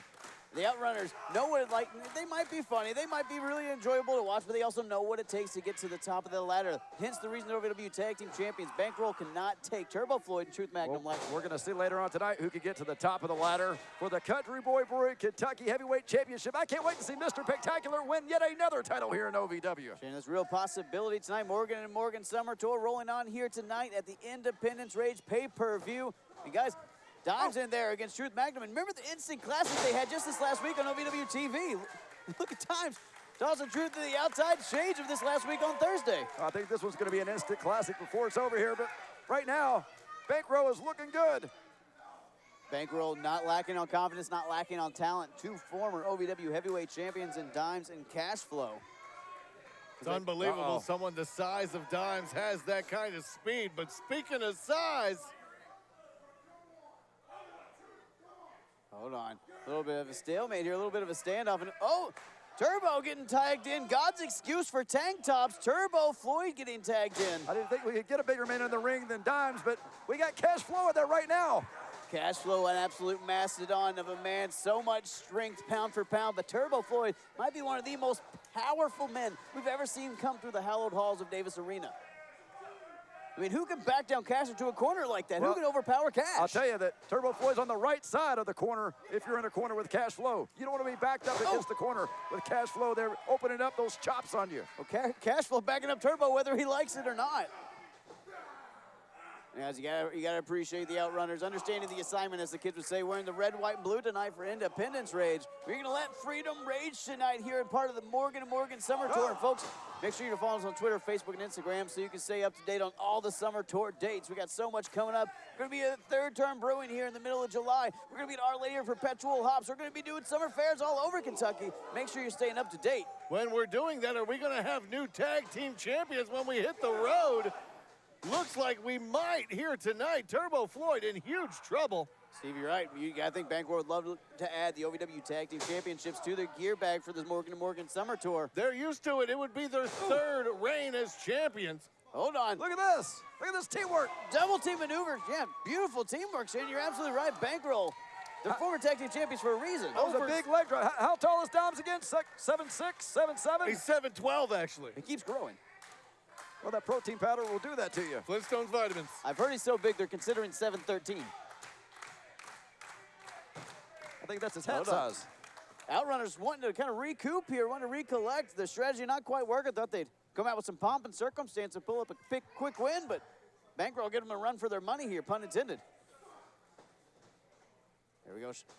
Truth Magnum ducking behind the big man, but Cashflow just too powerful. Oh my God. He's like a sock in a dryer. Magnum just found out the truth right there when he ran into Cashflow. Truth Magnum got turned inside out and upside down. Huge shoulder block, and now he tied up in this corner here. Opening up the chop. After that huge shoulder block and those huge chops, I think Truth might be looking at the lights and the mat at the same time. The chop shop is open on a Saturday night here at the Davis Arena. Dimes styling and profiling, or at least trying to. Dimes dropping Truth Magnum on that middle rope now, and hold on. thinking more double team maneuver there. They're working as a well-oiled What is team. this? Oh, Sidewalk slam into a 619. Ingenious maneuvers. I believe that's a 1238, Stephen, when you consider the size of Dimes. I mean, I just can't believe the fact that Cashflow was able to pick up Dimes so easily. Well, not only that, the fact that Cashflow's power was behind that maneuver as well, using Dimes as a weapon who's strong enough as his own, didn't need Cashflow on top of it. Truth Magnum in trouble here, guys, being isolated by Bankroll. And hold on, Turbo Floyd not doing his partner any favors there, causing a distraction. There we go. Gives that moment there for Truth to recover and gets Dimes over his corner and gets that much-needed tag. Uh-oh, here comes Cashflow. Turbo Floyd trying to demean and insult Dimes, and Cashflow in there trying to protect his partner. Typical outrunners doing everything that they can to hold the advantage and go up until the big swat from Dimes there. The big man taking over here. Oh, hold on. Turn that Irish whip around to Turbo Floyd, and right back and turned into a boot, though, from Dimes. Is that a Gloria Estefan song? Turn the Irish whip around. Now, guys, every man in this matchup has known the other for so long. These guys, some of OVW's pillars. Whoa! Oh, but they all know each other so well. They all. Can you believe how Dimes just single-handedly tossed Turbo Floyd across the ring like that? That is unbelievable. That's the strength of Dimes, Shannon. It's explosive, and it's potent. Dimes, that beast from the east there, throwing you from east to west, but hold on, double team maneuver again here. Double atomic drop right in the Hiroshima. Right in the golden glutes. Dimes saying it's light work. Ooh! Turbo, head first in that turnbuckle, and Dimes tagged right back in. Oh, and here we go. Dimes trying to slow down Turbo. He's trying to make it over to his corner. Trying to prevent the tag, trying to keep Turbo isolated, but solid tag team strategy, but Turbo just too strong, just too powerful, going for those ribs and bringing Dime down to a knee. Right now, the Truth hurts. Truth Magnum back in the ring here. Nothing Dimes hurts because they're the one doing. Oh, I see what you're doing. Yep. Wait a minute, whoa! I've never seen a big man move like that. Dimes so quick, so agile, able to get out of that double suplex, and now Cashflow laying absolute waste to the tag team champions. Oh, my goodness, and that is an understatement. Whoa! Oh, God, back body drop. Followed up with another one. I know these colors don't run, but I think right now I would consider it. Dimes and Cashflow bankroll in control of this matchup right now. Might be just moments away from beating these human biceps, the Outrunners, and becoming your new OVW Tag Team Champions. Get out of there, Truth Magnum, get out of there! Dimes looking for something here, and wait, what the hell? What did Turbo Floyd just throw that title in there for me? What the hell is going on? The referee distracted. Oh, no. Referee was distracted. Turbo in there to try to hit Dimes. Nobody home, but got all of it on Cash. Dimes turning him around right into that right hand, but referee Daniel Spencer did not see Turbo Floyd use that title as a weapon. Cash might be knocked out here on the outside, and Dimes is... That gold championship just ran into the face of Cashflow, and Dimes now on the receiving end of an attack from Truth Magnum. Ripe for the picking by the tag team champions. Dimes is in a hell of a spot here. You gotta think, guys, there would have been a disqualification if referee Daniel Spencer had seen it, but again, Turbo caused the distraction and then capitalized. It's not cheating if you don't get caught. That's still cheating, you just didn't get caught. It doesn't change the definition of the word cheating. Well, sure it does. Truth getting the tag to Turbo, but Truth rolled up and not the legal man. I would say if you're not cheating, you're not trying. But the Outrunners try real hard. There's plenty of people that have fought tonight and that have not cheated and have been trying very hard. So that saying makes no sense to me, and it's a ridiculous statement. Cashflow is out over here. He's got stars circling around his head right now. Cashflow took that gold championship to the face. And Turbo saying, what, Dimes pulled his hair? Dimes trying to find his partner here, but his partner nowhere to be seen. Knocked out on the outside, and the Outrunners are picking him apart. Yeah, Dimes clearly pulled Turbo Floyd's hair.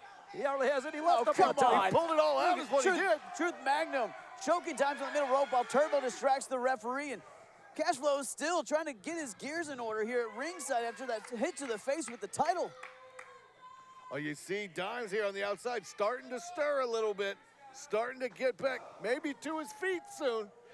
He needs to get in that ring quickly because right now Dimes is in serious trouble. The Outrunners looking like they're starting to feel confident. Look like they might want to put Dimes away here. I don't know who's in more trouble, Dimes or Cashflow out here, who still hasn't recovered from that championship title being just right into his forehead.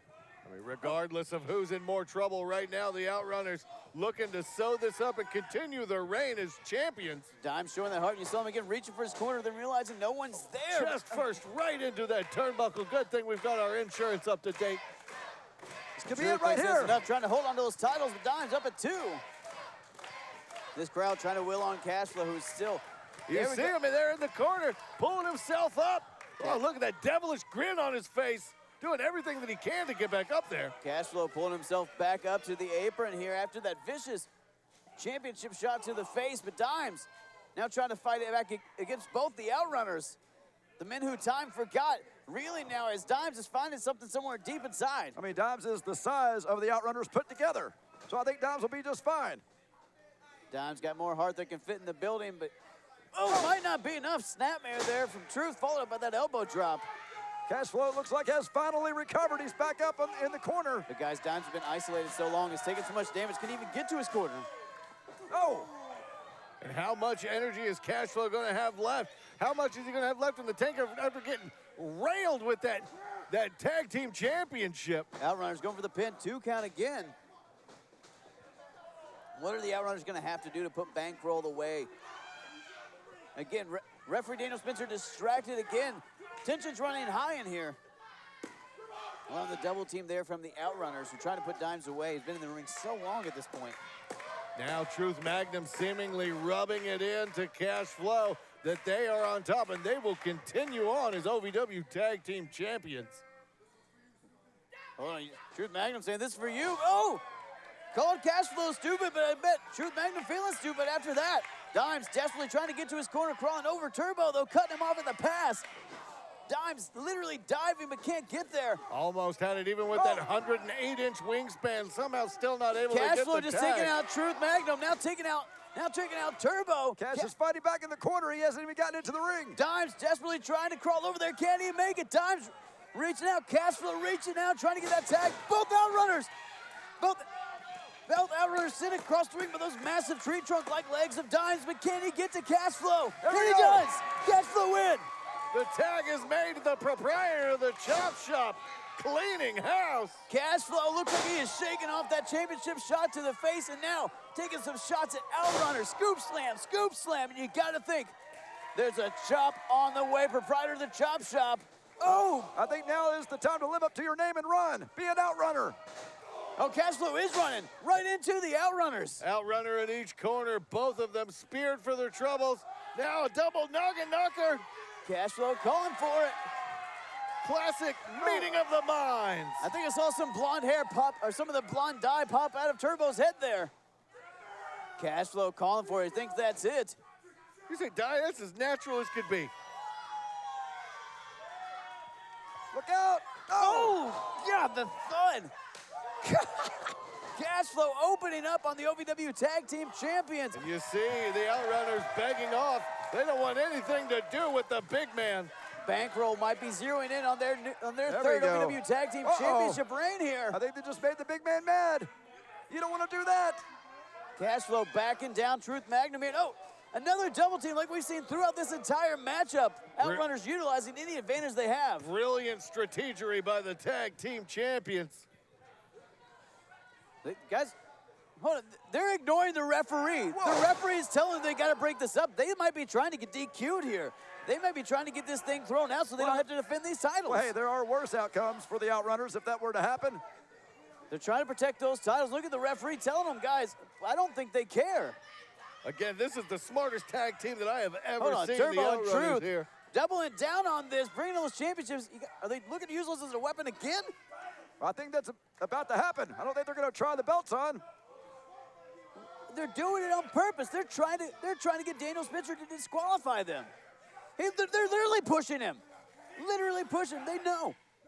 They know that if they Come on, hit him. Hit him, Outrunners. It's the championship advantage. Oh, no.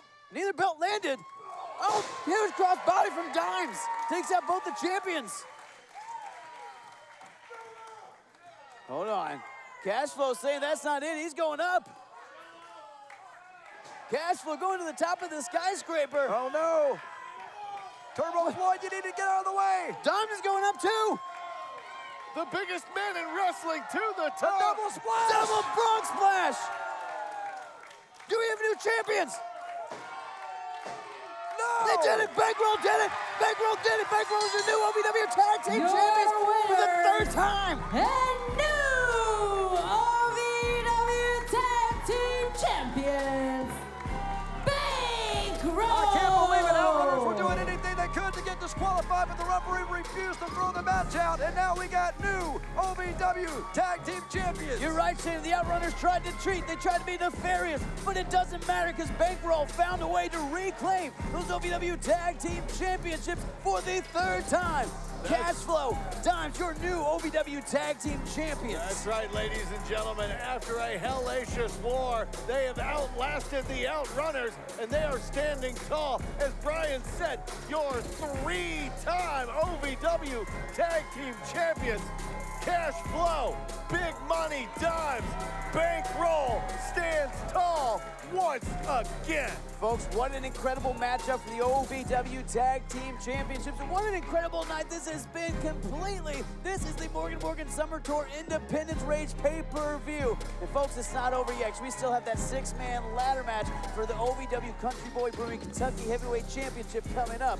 But first, let's hear from the last contestant in that matchup. I'm talking about the rock star, Ryan Howe. Sorry. Keep going with the war paint. We need all the war paint we can tonight. Tonight, we address the nation. You know that tonight we are going for what is that title called again? Country, something, yeah. The blue one. It doesn't match anything doesn't I have. matter. It's my path to the OVW Heavyweight Championship. I'm going to win tonight, but we need momentum going into this match. What do we need? What about a new name? A new name. A new name. That's it!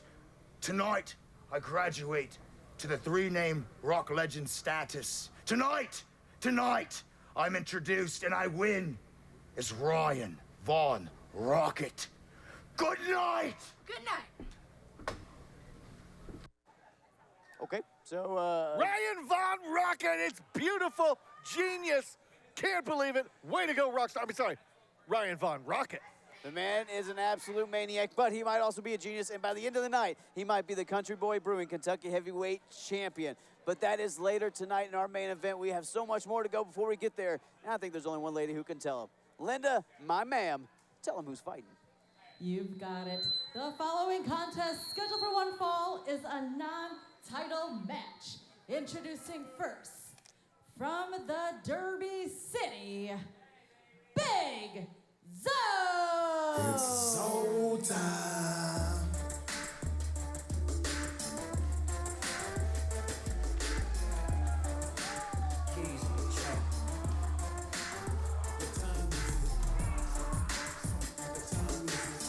Big Zo looking at a golden opportunity here tonight in perhaps the biggest match under the biggest spotlight of his entire career, and by God, he looks ready.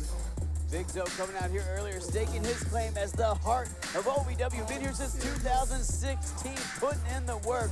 And guys, he's going to have to put in the work tonight because Big Zo found himself in the match with our national heavyweight champion, And his opponent from India, he is the OVW National Heavyweight Champion, Mahabali Shira! Big Zo said that he was tired of Mahabali Shira coming out here week after week and running his mouth. And now Big Zo's going to get some action, it looks like, from the Indian Lion. The OVW National Heavyweight Champion came out here wanting to address James Storm and his pending challenge for that OVW National Heavyweight Championship. But Big Zo saying, you know what? There's not only one person who wants a shot at that title, who wants a shot at you. And what an opportunity for Big Zo to prove himself after recently separating himself from the legacy of brutality. Well, you never know what's going to happen any night here in OVW. Here we go, impromptu match, non-title. But this has all the makings of something fantastic between the man who has something to prove, Big Zo, versus the national champion, Mahabali Shira. Tensions in this match already running so high. When we saw earlier, Big Zo came out with some intensity, guys, some aggression. Shannon, a look in Zo's eyes we have not seen in years, and that look means danger for anybody that's on the other side of it. And look at Big Zo. He is not intimidated one bit by Mahabali Shera. And nor should he be. I mean, Mahabali Shera is an incredible competitor, one of the best professional wrestlers on the planet right now. But Big Zo is a huge physical challenge for Mahabali Shera. I mean, look, he stands up next to him, eye to eye, pound for pound. Big Zo is one of the few men who could go power for power with your national heavyweight champion. Even though Big Zo has lost some weight lately, he still might be technically heavier than the national heavyweight champion.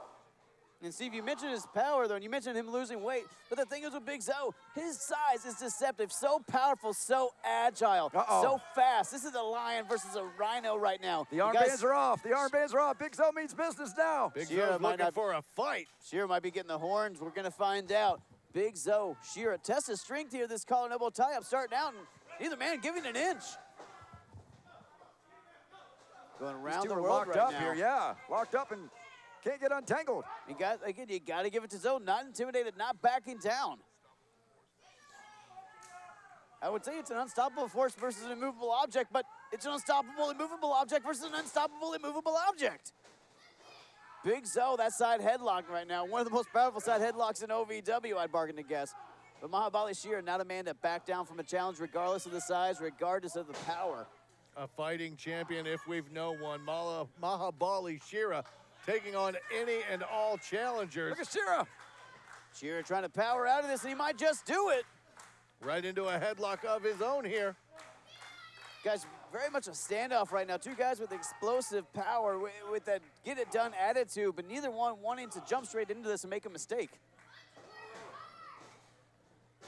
Ooh, big shoulder block. I think that was a big mistake right there by Mahabali Shera. Not many people stand up to Mahabali Shera the way that Big Zo just did. Literally, did you see the lack of movement in Zo's feet from that shoulder block? Did you guys hear that meat slap? Yeah, that's right. I said meat slap. It's all right, Steve. I know you've said meat slap a few times in your life, but there's that agility of Big Zo. Tried to, yeah, try to match that, Shera. I bet you can't do that. Trying to play mind games with Shera as Big Zo. And guys, again, huge opportunity for Zo after leaving the legacy of brutality, separated from his family. Oh, there goes the big man. Might be separating from some teeth after Mahabali Shera dives into Zo like that. Shera going to the corner. Ooh, Zo able to get that arm up and stagger the line a little bit. Big elbow right to the side of the head of the champion. Now, guys, advantage here might go to Zo a little bit. I mean, he came out here and made this challenge, already had it on his mind. I mean, Shera didn't know who he was facing tonight or if he was facing anybody. Well, if you're a fighting champion, it shouldn't matter who you're facing. You should be ready to fight every single night. You want to defend that title tonight, impromptu? Hey, I've got the tights on. I'm ready. All right, we'll find somebody. Shannon's always ready. Unfortunately, I think we're going to be out of time. Oh, okay, well, there it goes. Wait a minute. Oh, and there Zo goes, cartwheel into that corner. And then the elbows, and Shera right now on spaghetti legs. I believe he calls those the Zobos. And right now, following up with another big Irish whip to a corner. I think the ring moved on that one. You know, damn sure moved now. Big splash in the corner from Zo. Overpowering the champ right now, guys. Got him down to a knee. Not an easy thing to do. Not something you see very much either. You don't see that very often. The big man, Mahabali Shera, down to one knee. But it's going to take a lot more than that to get him down for the 3 count, which is what Big Zo has to do here if he wants to win. Big Zo was trying to press, it looked like, Mahabali Shera. Might have been a press or a scoop slam, but whatever it was, it didn't work, and Shera was able to power out of it. Mahabali Shera was unimpressed. That works on a lot of levels. Oh, hold on. Got him on that one, though. Look at the strength of Big Zo in that scoop slam. Whoa. I don't know if I've ever seen Mahabali Shera scoop slammed. Shannon, you took the words right out of my mouth. I don't think we've seen anyone manhandle and overpower the champion like that before. No wonder it felt so still when I said that. With like relative ease, he was able to get him up and then drops a huge leg, nearly had the champ pinned right there. Big Zo's got the right idea. Big maneuver, pin attempt. Big maneuver, pin attempt. You don't want to try to go tit for tat with Shera. You got the advantage. You got to cash in and cash out quick. Well, this is not a Rush Division Classic here. This is a fight between two mastodons. And look, this is Hallett Halls of Davis Arena have housed mastodons before. We're talking Brock Lesnar, Mark Henry. We're talking Batista. But I don't know if we've seen anyone with the intensity, with the focus, the heart and desire of Mahabali Shera, and that's something Big Zo has to contend with right now since he's in the ring with your OVW National Heavyweight Champion. Trying to get the big man up for a huge suplex. Can he do it? Shira just too strong. Shira holding on. Oh my God! That's a huge suplex on its own right there. Wow! Big Zo taken off his feet by Shira. The strength of our OVW National Heavyweight Champion is just off the freaking charts. But Big Zo is right back to the offense. Big Zo shaking there for a second, but not completely stirred. Shannon, you're right back on the offense because he knows what's on the line here. Right there, working that trapezius, working those muscles. Incredible pain. Oh no, Shira. The brute strength of the champ. Shira able to overpower Zo here, working out of it. Oh, worked out of it, but Zo right back on the attack, not giving Shira a moment to gain any sort of momentum.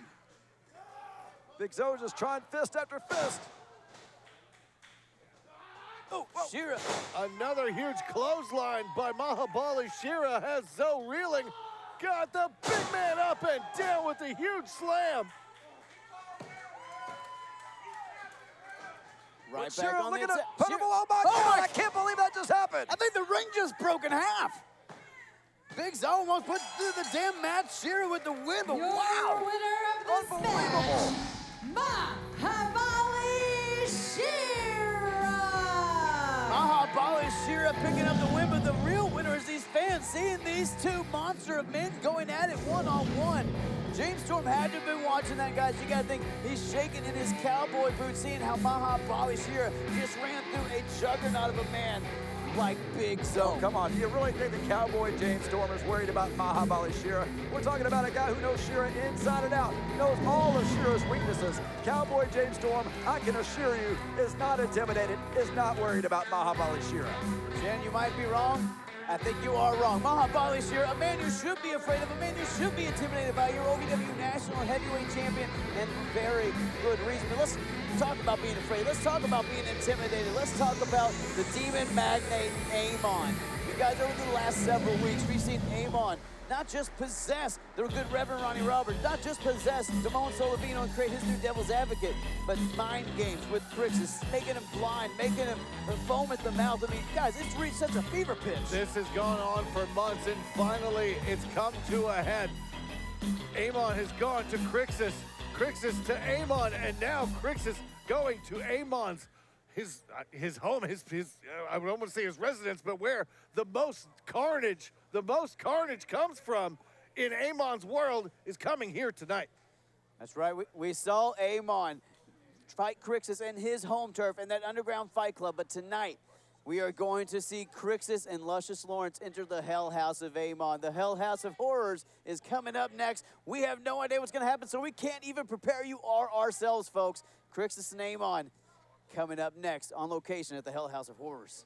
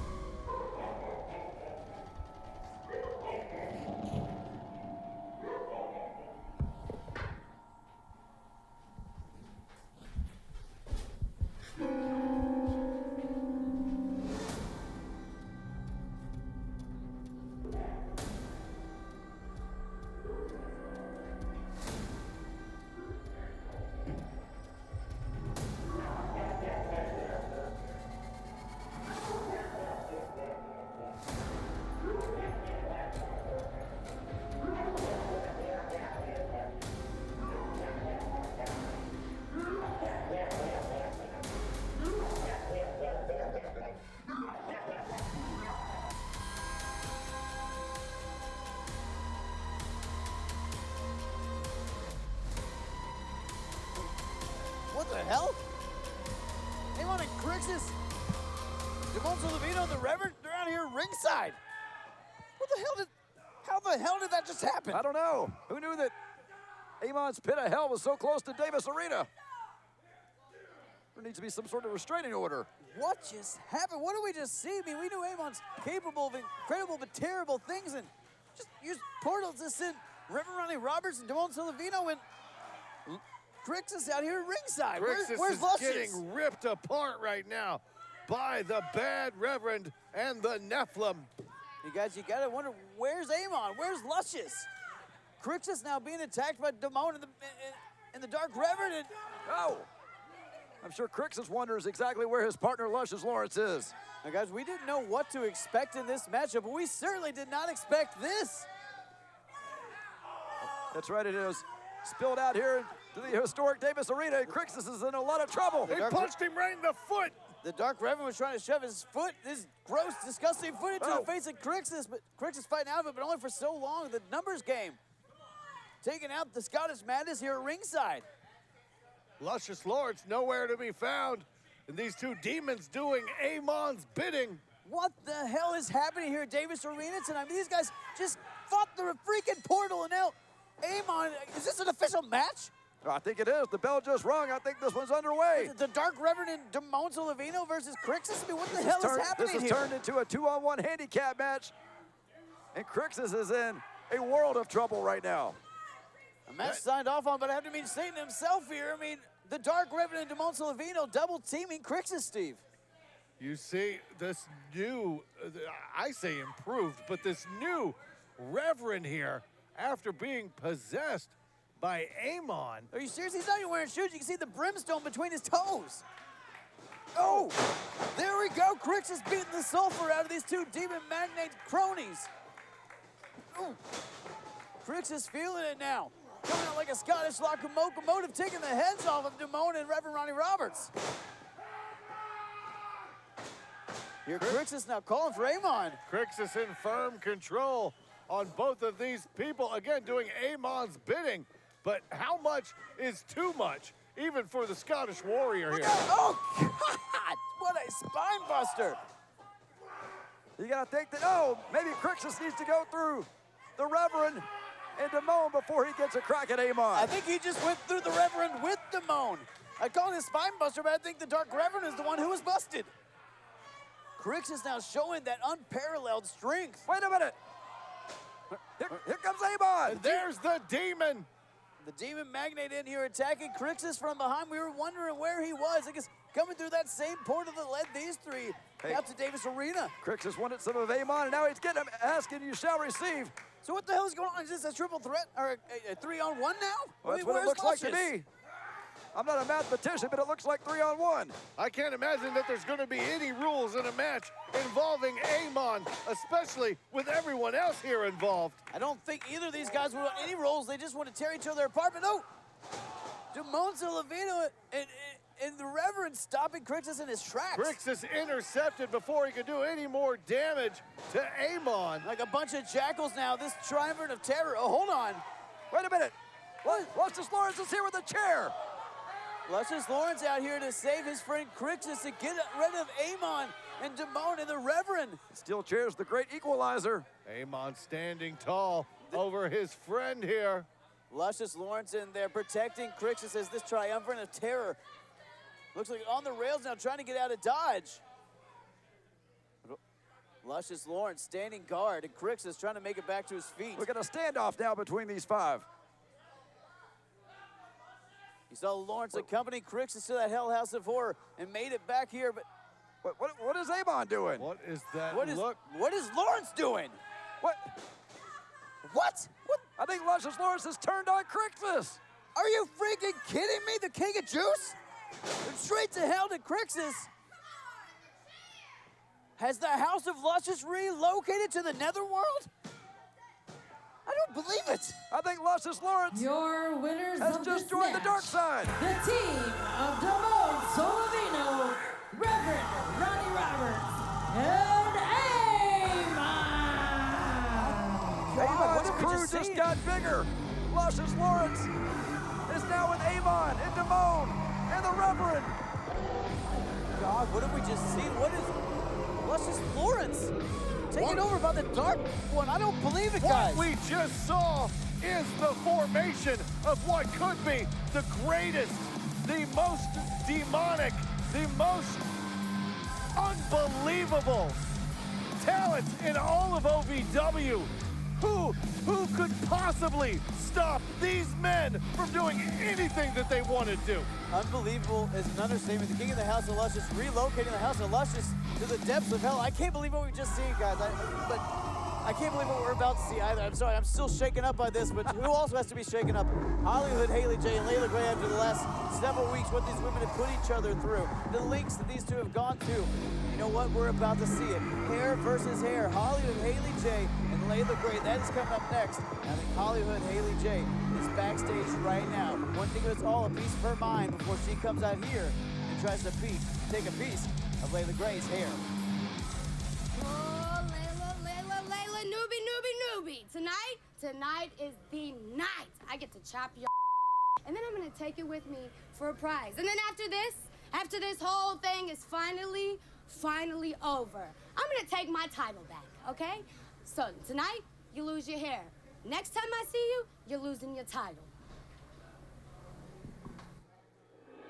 The following contest is a hair versus hair match, in which the winner gets to cut the hair of her opponent. Introducing first, from the streets, she's the Bougeois baddie, Hollywood, Haley J. Well, Kinnison, somebody's about to have a really bad hair day. I just hope for the sake of the loser that whoever does lose this match, they don't get their hair cut like, well, yours, Kinnison. We have the same haircut, so that's an insult to you as well. What are you Hollywood, talking Haley J about? out here in a hair versus hair matchup. Brought the scissors ready to get her hands on Layla Gray. And my match tonight, I'm feeling so good. Let me tell you, after everything that's been going on with me and Hollywood Haley J, my blood literally boils when I think about that girl. But I'm here, I am ready, I am prepared, level-headed, because Haley J is not gonna catch me slipping tonight. You know, I come in here, I put in the effort, I look like a star, act like a star, wrestle like a star. I act like a champion because I actually care about this and what this title means and represents. But you, Haley, you walk in here looking like a hot-ass mess with those ridiculous eyelashes. You are nothing but ghetto bougie trash. You are not even on my level, not even close. So tonight, I cannot wait to finally get my hands on you and give you the makeover that you deserve, that matches the ugly person that you are. So to answer your question, I'm good. I'm freaking great. And I'm ready for you, Haley. And her opponent, from Queens, New York, she is the OVW Women's Champion, the Unstoppable Danger, Layla Gray! guys, if we have seen a more personal feud in OVW, I couldn't name it. Hollywood, Haley J, and Layla Gray, two women who absolutely want to destroy each other tonight. Well, look, when Hollywood Haley J beats Layla Gray tonight, Hollywood's going to be doing Layla Gray a big favor. I mean, Layla Gray needs a haircut anyway. Look at all those split ends on Layla Gray's head. What do you think she's going to go with? Is she going to go with a bob? Is she going to give her a mohawk, maybe? Yes. Maybe she's going to shave it all off and glue it to her face so she'll have a big beard. This is going to be great. Either way, it's about to be a really hairy situation for one of these two. Now, although Layla Gray is the OVW Women's Champion, that is on the line tonight. Look at this. Scoops and ran down those right hands immediately is Layla Gray. The only thing on the line tonight is pride. Oh! We may not even need the scissors. These two may just rip each other's hair out with their fists. This is a damn melee. These two aren't, this isn't a match. This is just a barroom brawl. Look at these, just laying out right hands into each other. It's like a fight in the hallway at high school, just pulling hair, punching each other. Well, it's become going personal. to the outside. Then to the outside of the ring they go here. You guys, no rules in this matchup other than to beat your opponent. And I think in every sense of the word, that's exactly what both people in this match want to do. Haley J and Layla Gray already already having a hard time getting to their feet after that melee in the beginning of this matchup. This is as personal as it gets for this rivalry between these two. Look out, Haley! Oh, God! What a spear here at ringside. Hollywood Haley J almost taken out of her boots. Ref. Get in there, ref. Break this up. Come on. Layla Gray saying this is for Tiffany. This is for her friend that Hollywood Haley J abducted on Thursday to try to play mind games with the champ. Trying to beat the highlights out of Hollywood Haley J here. Come on, get this back in the ring. This has turned into a street fight. Layla Gray in pursuit of Hollywood Haley J now. Good thing is, though, I think that benefits Hollywood. She's from the streets. She's from the streets. A little bit different. There's a K in there. I think it's because they can't afford the 2 T's. Look at Hollywood. She's got Layla Gray by that nasty hair. She's about to cut here in just a couple of minutes. Referee Daniel Spencer allowing a lot of latitude. He knows the intensity in these women's feud. He knows what these two want to do to each other. He doesn't want to shortchange the fans of what they paid their hard-earned money to come here and see tonight. God. If he were to disqualify these women at the first sign of any sort of illegal activity, it would have been stopped before it even started. Layla Gray went face first into those steel steps, almost damn near her eye socket. Haley J wanted to just maim and destroy Layla Gray here, showing you that with that suplex to the outside. Hollywood Haley J in control of this matchup thus far, guys. And hold on. Wait, what's Hollywood got? What is that? Haley Gray looks like using like a bandana or something to choke Layla Gray on the outside. Or it looks leftover lay from Luau night here at Davis Arena. I think there was a feather boa from somebody in the front row. What a weird crowd. Layla Gray in trouble here. Hollywood Haley J just continuing the assault. Daniel Spencer trying to get this match back in the ring, but that might be an act of futility to have any sorts of order in this matchup. I mean, there's been so much violence and visceral between these two that it's just escalated to a point where we maybe even don't need a referee in there. We just need to fight it out. I don't even think we need a pin. I think that Hollywood should go ahead and start on the haircut right now, maybe. Oh! Yeah. She's not giving her a haircut yet, but she just gave her a heck of a chop, I'll tell you that much. Hollywood Haley J looking for another one. Oh, nobody home. Layla Gray ducks out of the way. Chop of her own. Well, Layla Gray's going to be looking for a new wig after tonight. Layla Gray in pursuit of Hollywood Haley J now. Oh, Haley going for the right hand. Layla ducks under. Ooh, what a forearm from the champion. Again, guys, OVW Heavyweight or Women's Championship not on the line tonight. Only hair, pride, respect. It looks like Haley J not wanting to lose any of those, trying to hide behind the ref. But the referee is being very, very liberal in this match. A couple of fans are going to go home with some Haley J here. Just got it chopped off of her there. Wow, these two women just fighting through the arena. This is not a matchup. We don't even need the ring here. These two could have did this in the parking lot. It would have been the same. This should be a double count out at this point. And then maybe they could both get their hair cut. There's no count out. Oh my God! Haley taking everything. The kitchen sink and the trash can. Haley just hit Layla Gray with that trash can full of trash. Referee Daniel Spencer reiterating, gonna let this go. No DQ here. It's hair versus hair. No rules at all. Oh God! Haley J just got taken to the trash. I thought taking the trash out was Tony Gunn's maneuver, but Layla Gray doing a pretty damn good job herself. Right in front of us here at commentary. These two ladies are going at it. Haley got a little bit of Mountain Dew in her hair there after going through the trash can, but right back on the attack on Layla Gray. Referee Daniel Spencer trying his best to get some order to this matchup, but he's applying logic where logic does not apply. Take out the trash, Haley. Come on. Haley J now getting in there, right back on the attack on Layla. Trash all over the ringside after Haley hit Layla with that trash can, but then Haley relocated that trash can temporarily. This guy's not in matchup so far, just a straight-up fight. Oof. Hollywood from the ring apron there, coming down with that fist right to the face of Layla Gray. Found its mark. Guys, things have gotten so intense and out of hand in this rivalry. OVW owner Al Snow had to go to Haley's mom, Amazing Maria, to try to mitigate things, to try to calm her daughter down. It's going to take a whole hell of a lot more than that to calm down the queen of the streets, Hollywood Haley J. Haley J, not one that listens to Mama, but Layla Gray trying to beat some respect into Haley that should have been beaten into her a while back. Hollywood should be listening to her mom. Her mom's time has passed. Don't worry about what Hollywood's doing. Hollywood can make her own career decisions. Haley J, thumb to the eye there from Layla Gray, but guys, right before, did you see that intensity on Layla Gray's face, grinding those teeth, that aggression that's coming out between these women? I think she's in too much pain. I think the grinding of the teeth is because she is in unbearable pain here, and Hollywood Haley J is just toying with her now. The unstoppable danger, Layla Gray in trouble here. Haley J in control of this matchup. Again, women's championship not on the line here. This is all about hair and respect. Oh, nobody home though. Layla Gray getting away from that elbow drop. Elbow coming right down on the mat. Very well could have broken it there. Now Layla Gray fighting back. This is not good for Hollywood. Knee right to the face there, and Haley J getting out of dodge, trying to go to another corner, maybe have more luck on that side of the ring. Layla, what an Irish whip. Oh! What a missile drop kick there, right after the Irish whip, and Layla Gray sending Haley to the corner again.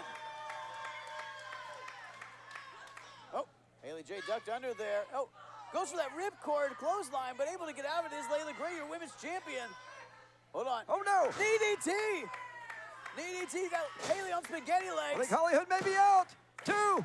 Layla did no! it! Layla did it! Layla won the hair versus hair match. Looks like Haley J's getting the cut, guys. I think we need a do-over. I think we need a recount. Haley, run as fast as you can. We're not doing a do-over, but she might end up with a comb-over. We're about to see Haley J get a haircut courtesy of OVW Women's Champion Layla Gray.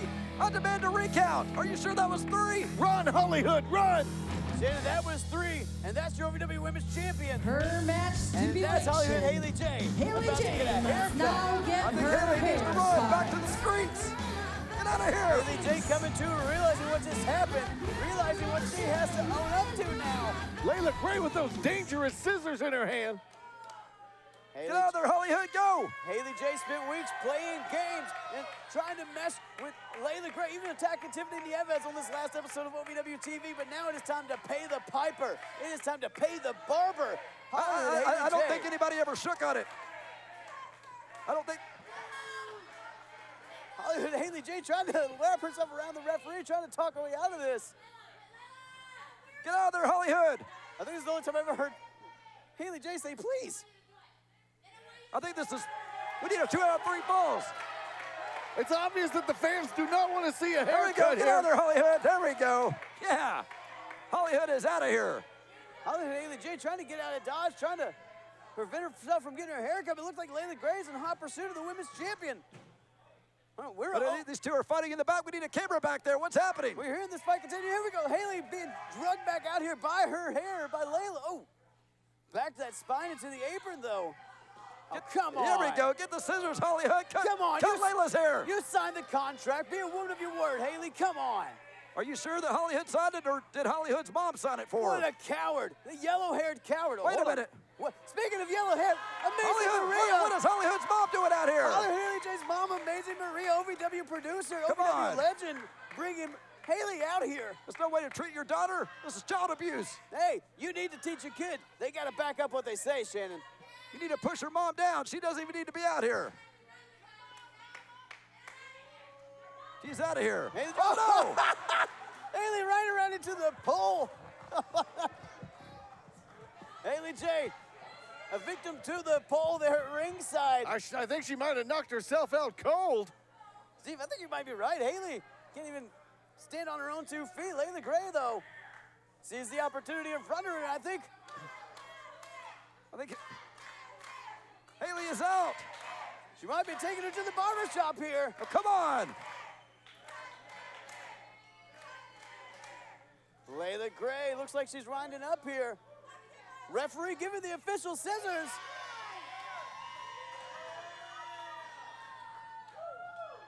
Hollywood Haley J tried to get out of dodge, tried to get out of it. Layla Gray now making Hollywood Haley J live up to her word, guys.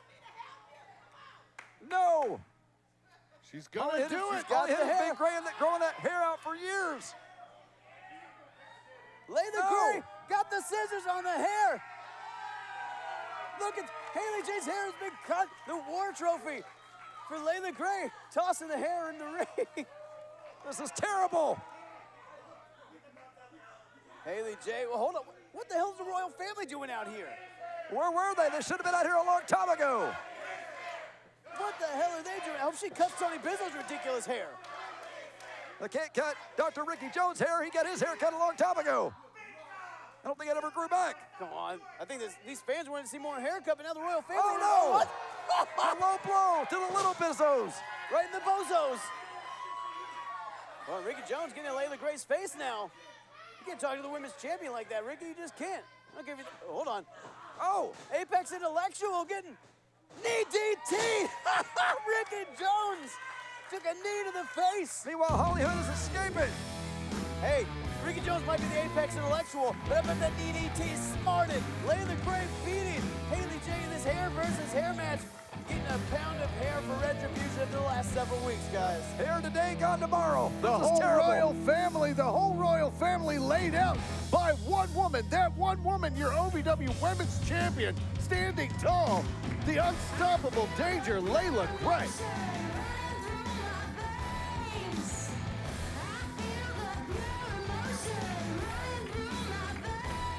What a matchup. Trash still all over the ringside here after Hollywood Haley J hitting Layla with that trash can.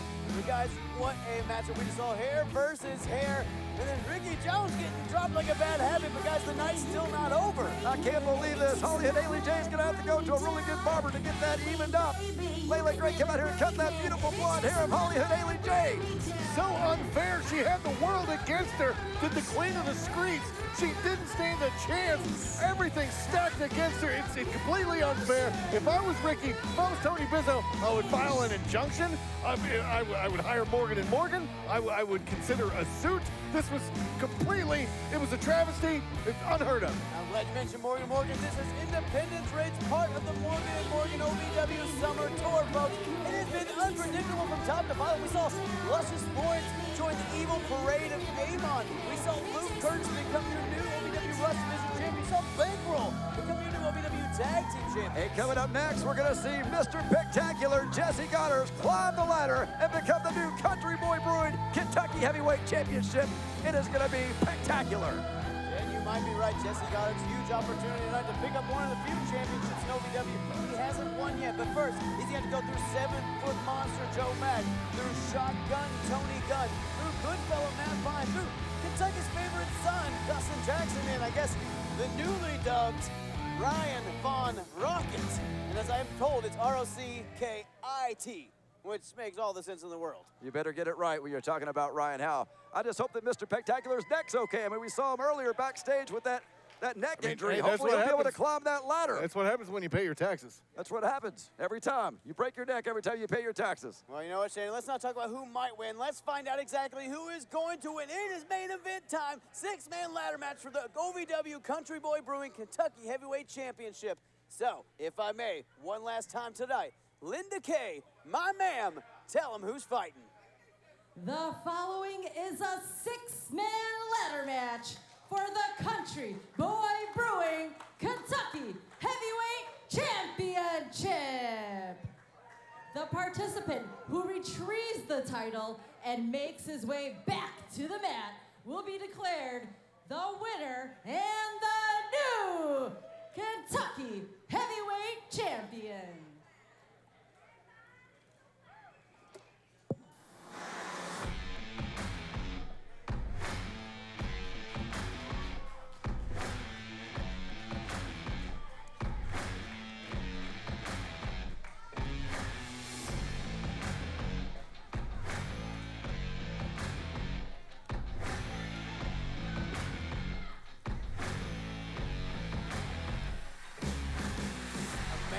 Almost as tall as the ladder himself, guys. He just saw it. Many people's odds-on favorite to win this ladder match, and honestly, and also still beat 11 other opponents to become the #1 contender for the Country Boy Brewing Kentucky Heavyweight Championship. Where did you see those odds? IdiotsRUs.com? Nobody has this guy as the odds-on favorite. Everybody knows the odds-on favorite is Mr. Spectacular, my client.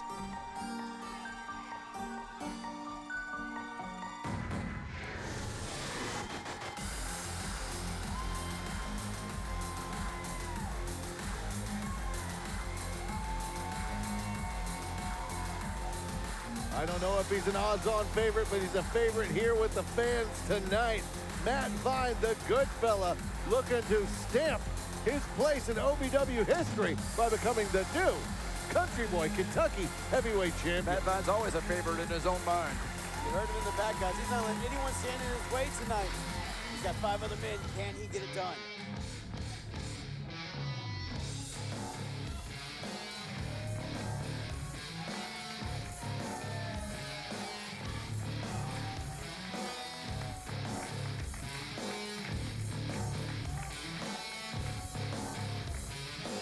Louisville's favorite son, Kentucky proud, Kentucky born, Dustin Jackson is tonight his time to shine. Somebody tell Dustin Jackson the belt's actually, the title is above the ring, not outside. Guys, like you said, he's doing it for his dad. He took him to see OVW Kentucky Kingdom back in the day. For Bardstown, for Georgetown, for all of Kentucky's favorite son.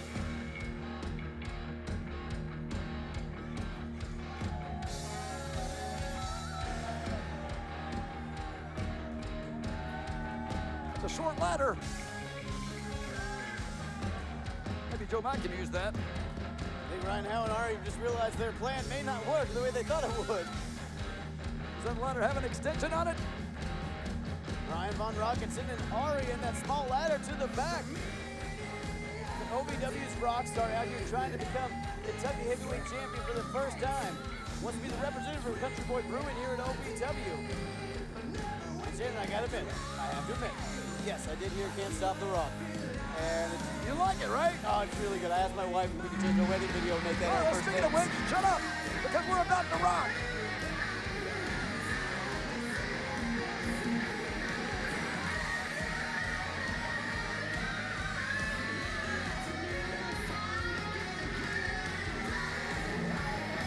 Nothing sounds better than a man playing guitar over his own theme music. That's right, Ryan Von Rocket.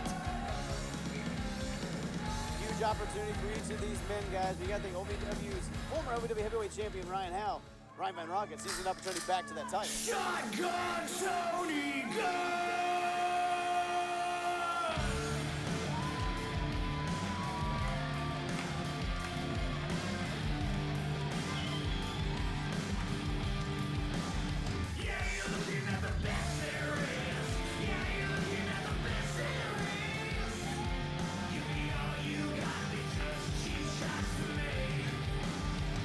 OVW with their hands over their heart for what all consider to be the national anthem of OVW, soon to be the possibility of the United States. The best drum roll since Phil Collins, Shotgun Tony Gunn, looking to gain his first ever Country Boy Brewing Kentucky Heavyweight Championship. And the ass-kicking whiskey drinker might be the most appropriate candidate for a Country Boy Brewing Championship. Well, we know that Tony Gunn's going to do the right thing and climb that ladder and get the Kentucky Heavyweight Championship and bring it down to Mr. Spectacular. Jesse Gunner's got a hurt neck, you know. It's going to be hard to climb that ladder.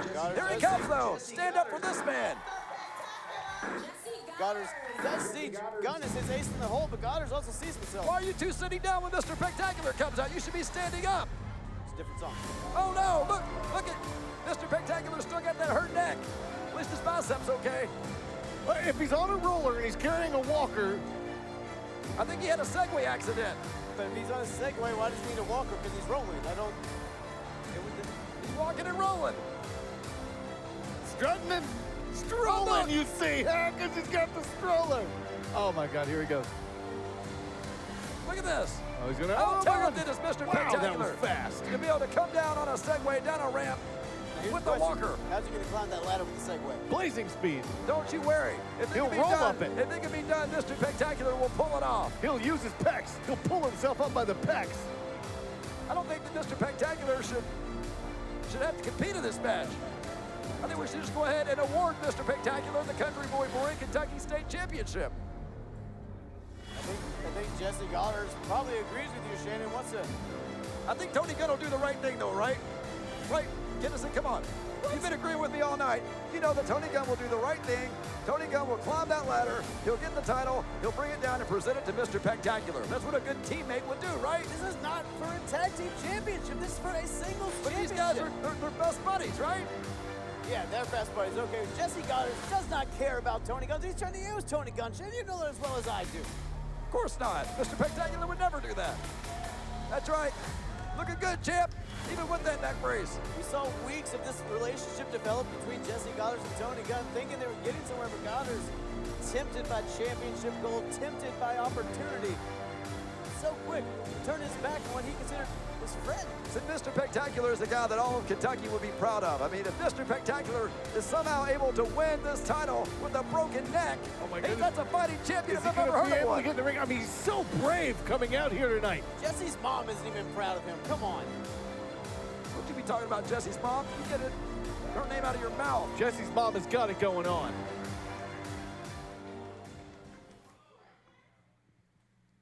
And your participants, introducing first, from Toronto, Ontario, Canada, Joe Mack.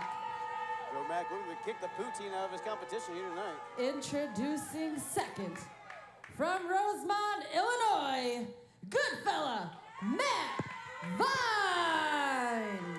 He's making a good champion. Introducing third, from Louisville, Kentucky, Dustin Jackson. Ladies and gentlemen, he walked here tonight. Introducing fourth, accompanied by Guitari, from Stonehenge, Europe, the artist formerly known as Ryan Howe, Ryan Von Rocket. Well, Ryan Von Rocket didn't walk here. He showed up in his tour bus. That's how he gets here every week. Introducing fifth, from Jonesboro, Arkansas, Shotgun Tony Gunn. Folks, you're looking at the best there is. You might be looking at a future Country Boy Brewing And Kentucky heavyweight introducing sixth, No. from Hollywood, California, Mr. Spectacular, Jesse Goddard. Look at it. I think Jesse Goddard is going to try to wrestle without that neck brace. Right there, Mr. Spectacular is your next Country Boy Brewing Kentucky heavyweight champion. Not only is he brave, but he's just so handsome, too. Wait, I think Jesse put the neck brace back on. You're both ridiculous. I'm upset with both of you. Guys, you can't hit a man in a neck brace. Those are the OVW That's right, rules. Yeah, that's right. Shannon's got the rule book. I got it right here. It says, Section 32.43, never hit a man with a neck brace. You just wrote that in. I literally watched you write that in. It's whatever. Jesse Goddard's in there. Obviously, I had a ghostwriter. Trying to play mind games, trying to get some sort of advantage here. And here we go, guys. Main event time for Independence Rage. 6-man ladder match for the OVW the Country Boy Brewing Kentucky Heavyweight Championship. Bit of a stalemate here as all 6 men try to see who's going to go first. And then the genius, the rock star, running out, getting the ladder. Now, guys, 3 men in this matchup have been heavyweight champions in this company before. The other 3 looking for their first taste of the top of the mountain. Come on over here, Jesse. Sit down. Take a load off. You got a broken neck, Jesse. Take it easy. Goddard's gingerly getting out of harm's way here and staying out of harm's way while these other men go hell for leather in this main event. We had each man looking for their first reign as the OVW Country Boy Brewing Kentucky Heavyweight Champion. Oof. Joe Mack getting the life shot out of him there by Dustin Jackson. Ooh, Louisville's favorite son. I can't believe Jesse on the outside actually has the strength to pick up a ladder with a broken neck. That's the most impressive thing I've seen all night. Goddard's looking for an opening there, couldn't find it, so put the ladder back down. I don't think these other guys even noticed that Jesse's just dipped out of the matchup. I don't think it matters to them. I think it probably benefits them. One less man in the ring to stop somebody Wait a minute, from Jesse's climbing up there. got a ladder. Jesse's got a ladder. Climb it. He's so smart and handsome. Go, Jesse, go. Goddard's trying to and set brave. up the ladder while everyone else is distracted. Brilliant move by the former national heavyweight champion. Oh, come on, Ryan. He's got a broken neck. Leave him alone. Let a man climb a ladder in peace. Jesse tried to do while everyone was distracted. Now he's the center of attention here. We all know how uncouth it is to hit a man in a neck brace. Shane, Well, he's climbing a ladder of all things. I know Just how much ask you would Shane like for them Douglas. just to leave him alone, but Oh, no! God, right in the neck brace. Dustin Jackson taking And a he tore it Goddard's. off of him. That heartless, no good SOB. Nobody good has ever come from the city of Louisville. You're from Louisville. Shut up. Oh, you're from Meade County. That's worse. It's different. Here we Meanwhile, go. here in the ring, look at this over here in the corner with Joe Mack and Matt Vine. While they're doing that, though, Dustin Jackson got his eyes set on the prize going up the ladder. Ooh, Joe Mack, the man the size of a freaking ladder. Guys, he might just be able to tippy-toe. It's kind of unfair. Oh, hold on. Oh my God, the impact. Oh, no. He's got a broken neck. I think I saw that ladder bend in half around Dustin Jackson on that first hit. Yeah. All right, that ladder. Joe Get Mack. out of there, Jesse. Finally getting introduced. Joe Mack cleaning house. And now, maybe he can get his way to the top. I don't know that Joe Mack cleaned the house. He tore the damn house down, Steven. This could be over quick. It's down to studs. He only needs to go up a couple rungs before he's within distance. But hold on. Ryan Rocket right in behind him, though. Got Ryan- a ladder of his own. Ryan Von Rocket. Oh, Don't there get you it go. twisted, Brian. Ryan Von Rocket trying to rock Joe Mack with that ladder and having some success. Treating him like a bass drum. Oh, Tony Gunn almost got a ladder in the face there, but Ryan Von Rocket got one of his own. Folks, we're going to call this match the best we can, but this is 6 men going hell for leather, going wild in this main event to determine the new Country Boy Brewing Kentucky Heavyweight Champion. Jesse Gunners and Tony Gunn. Come on, Tony, do the right thing. Climb up there and get that title and hand it to Jesse. Folks, we knew this moment was coming. Okay, if they both go and grab it at the same time, maybe they'll be co-champions? Hold on. Tony Gunn and Jesse Goddard's working as a team here to incapacitate Joe Mack and Ryan Von Rocket. How smart. If you don't have legs, you can't climb. What? It's like a California crab with the ladder, a double California crab. I told you these two would work together like a well-oiled machine. Spectacular Guns, oh no. I've never seen that before in my life. I guess I've seen a lot of wrestling. I've never seen that. Tony Gunn now sent to the outside along with Jesse Goddard's. Joe Mack and Ryan Von Rocket in their favor in their legs, but now Dustin Jackson and Matt Vine battling over that ladder, and of course, why would they agree to have one of them with the ladder? And then they drop it right onto Ryan Von Rocket's posterior, and these two again back and forth. This matchup unpredictable, just like the rest of this night has been, just like the entire Morgan & Morgan Summer Tour has been. But folks, again, follow us on Facebook, Twitter, and Instagram so you can stay updated when we're coming to your Ryan town. Ryan Von Rocket climbing the ladder just like he climbs the charts every week. Oh no! Hold on. It's the skivvies. You can only see that in the VIP room. I have the same underwear. Hold on. Matt Vine now got Ryan Von Rocket off that ladder. Hold on, Joe Mack now going to climb. And then Guittari doing as any good groupie would and pulling his pants back up. Wait a minute. I think that's opposite. I don't understand how groupies work. Oh, right now, Matt Vine trying to play opposite. Joe Mack and together with Dustin Jackson sends the 7-footer outside. One less man in the ring to stop them from going up there and claiming that championship. Now, guys, you're seeing Ari Alexander there in the peripherals. You got to think eventually she might play some sort of dividend at ringside with Ryan Howell. So much for the ladder. These two just want to beat the hell out of each other. Dustin Jackson and Matt Vine. Unloading. In a ladder match, that's kind of the point. You have to beat down your opponents to where you can climb a ladder without being interrupted and grab that championship that's hanging above the ring. Do what you can to ensure that no one prohibits you from climbing all the way to the top. Oh, Dustin Jackson sent into Matt Gunners and Gunn on the outside. By God, something like that will do it, wiping out damn near everybody. We need to clean up on aisle 6. Matt Vine realizing he's in there alone with, oh, hold on. Ryan Von Rocket, though, impressive, pulled himself to that top rope. Oh, and Rockstar might be looking for a high note here. Oh, the ladder sends Matt Vine off with that missile drop kick. I think Ryan Von Rocket came down the back of his head. Might have got a little stinger there. Big opportunity here for the Rockstar. Rockstar, but can he capitalize after that tooth and nail maneuver? Just throwing caution to the wind. Ryan Von Rocket telling Matt Vine he hates him. Yeah. Screaming at him. Ryan Von Rocket hates everybody. Maybe should not He's have an wasted. equal opportunity hater. Maybe shouldn't have wasted the time and telling him he hated him, though. Maybe should just be going for that championship. What does he have in mind here? He's not climbing to the top. I guess he feels Matt Vine not worn down enough. Ryan Von Rocket wanted to do more damage. I think taking some personal offense to from Matt Vine. But Ryan there headbutted Matt Vine. You just saw a couple of minutes ago, Ryan Howell laid it awkwardly on his head. Ryan Von Maybe Rocket, not the smartest thing to do. Able to stop himself. Oh, no! Oh, my God! Oh, my good God! The ladder was bent in half. Oh, the ladder is broken, ladies and gentlemen. I don't know who's going to be climbing that guy. But speaking of broken, Ryan Howell might be broken after that. If anyone's in the market for a ladder shaped like a capital L, we might be able to help you out. That's no way to treat a rock star. That's no way to treat any other human being, but that's what's going to happen here when the Country Boy Brewing Kentucky Heavyweight Championship is on the line. Joe Mack pulled with such force that he pulls Matt Vine all the way out of the ring, but here are the spectacular guns. Yeah. Jesse Gunners has got a ladder again. Another opportunity for Mr. Spectacular. Spectacular in there with Gunn, but Ryan Von Rocket still in the wings as well. Come on, Tony. Climb the ladder. A little bit of a stare off here between the Spectacular Guns. Oh! Oh my, did you hear the impact from that ladder? Yeah, it bounced right off of his face. Tony Gunn thinks that Mr. Spectacular did that. That's not Jesse's fault. That bounced off of Ryan Von Rocket's face. I think Jesse, I don't know if he was throwing it at Tony or to Tony, but No, he hit no, Ryan Howe in the He face. was throwing it at Ryan Von Rocket. Hold on. Goddard's and Gunn. Look at them. Goddard's going to the top rope. I don't think I've ever seen this I before. mean, Gunn went first. Goddard's a little more precarious going up there, not a little more timid. Whoa! Gunn going for it. By God, knocks everybody out. Hold on. Don't do it, Jesse.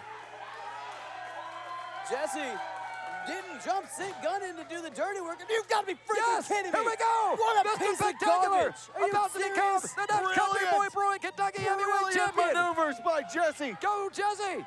Jesse trying to snake it in and get that title after Gunn put in the work. Tony Gunn Gunn's caught him. Tony Gunn's climbing the wrong side of the ladder. Gunn is not a man to cross. That is not I don't a man know if you that's the wanna screw legal over. side. I don't know if you grab the championship on that side that it's considered legal. I feel like in the rule book, which you wrote, Shannon. Are you out of your mind? I think you're right. You bring up a good point there, Stevie. I think you got to be on the side that Jesse's where on. you guys are making up rules. These guys are at the top of the ladder, just inches away from that championship. Regardless of what the rules say, both of these men feel that they are the rightful next in line for this championship. But meanwhile, Joe Mack is just looking at these two. Oh, no. Joe Mack just reaching to the top of the ladder. Goddard's thinks he means he has it. But no, Joe Mack has Goddard's. Look how big, tall Joe Mack is, just pulling both men off the top of that ladder. Spectacular Guns trying to fight out of it. Joe Mack, though, just so powerful, running. Oh my God.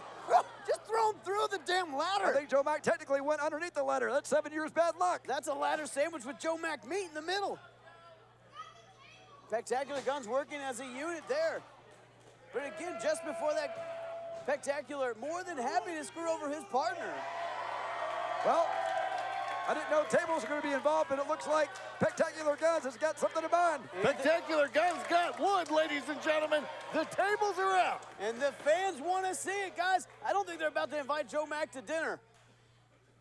It's a ladders match for the OVW Country Boy Brewing Kentucky Heavyweight Championship, and there are no rules. Anything goes, including tables. Hold on. I don't think that's being used for a contract signing, guys. What are Spectacular Guns thinking here? I can tell you what they're thinking. They're thinking they're about to put Joe Mack through a table. Spectacular Guns working as a unit here. Can they get the big man up and over?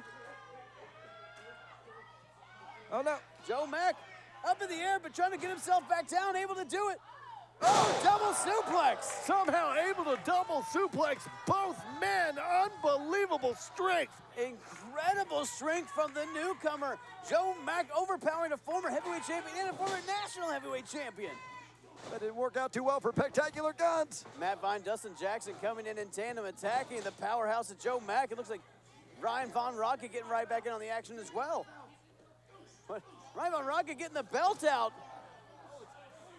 That's a different kind of belt. I think he needs to worry about the belt that's hovering above the ring. Oh, it's got those metal studs on it, and he just punched Big Joe Mack square between the eyes. Gonna have a bruise in the shape of a Canadian maple leaf after that shot to the face from Ryan Howe. Ari Alexander putting a ladder in the ring.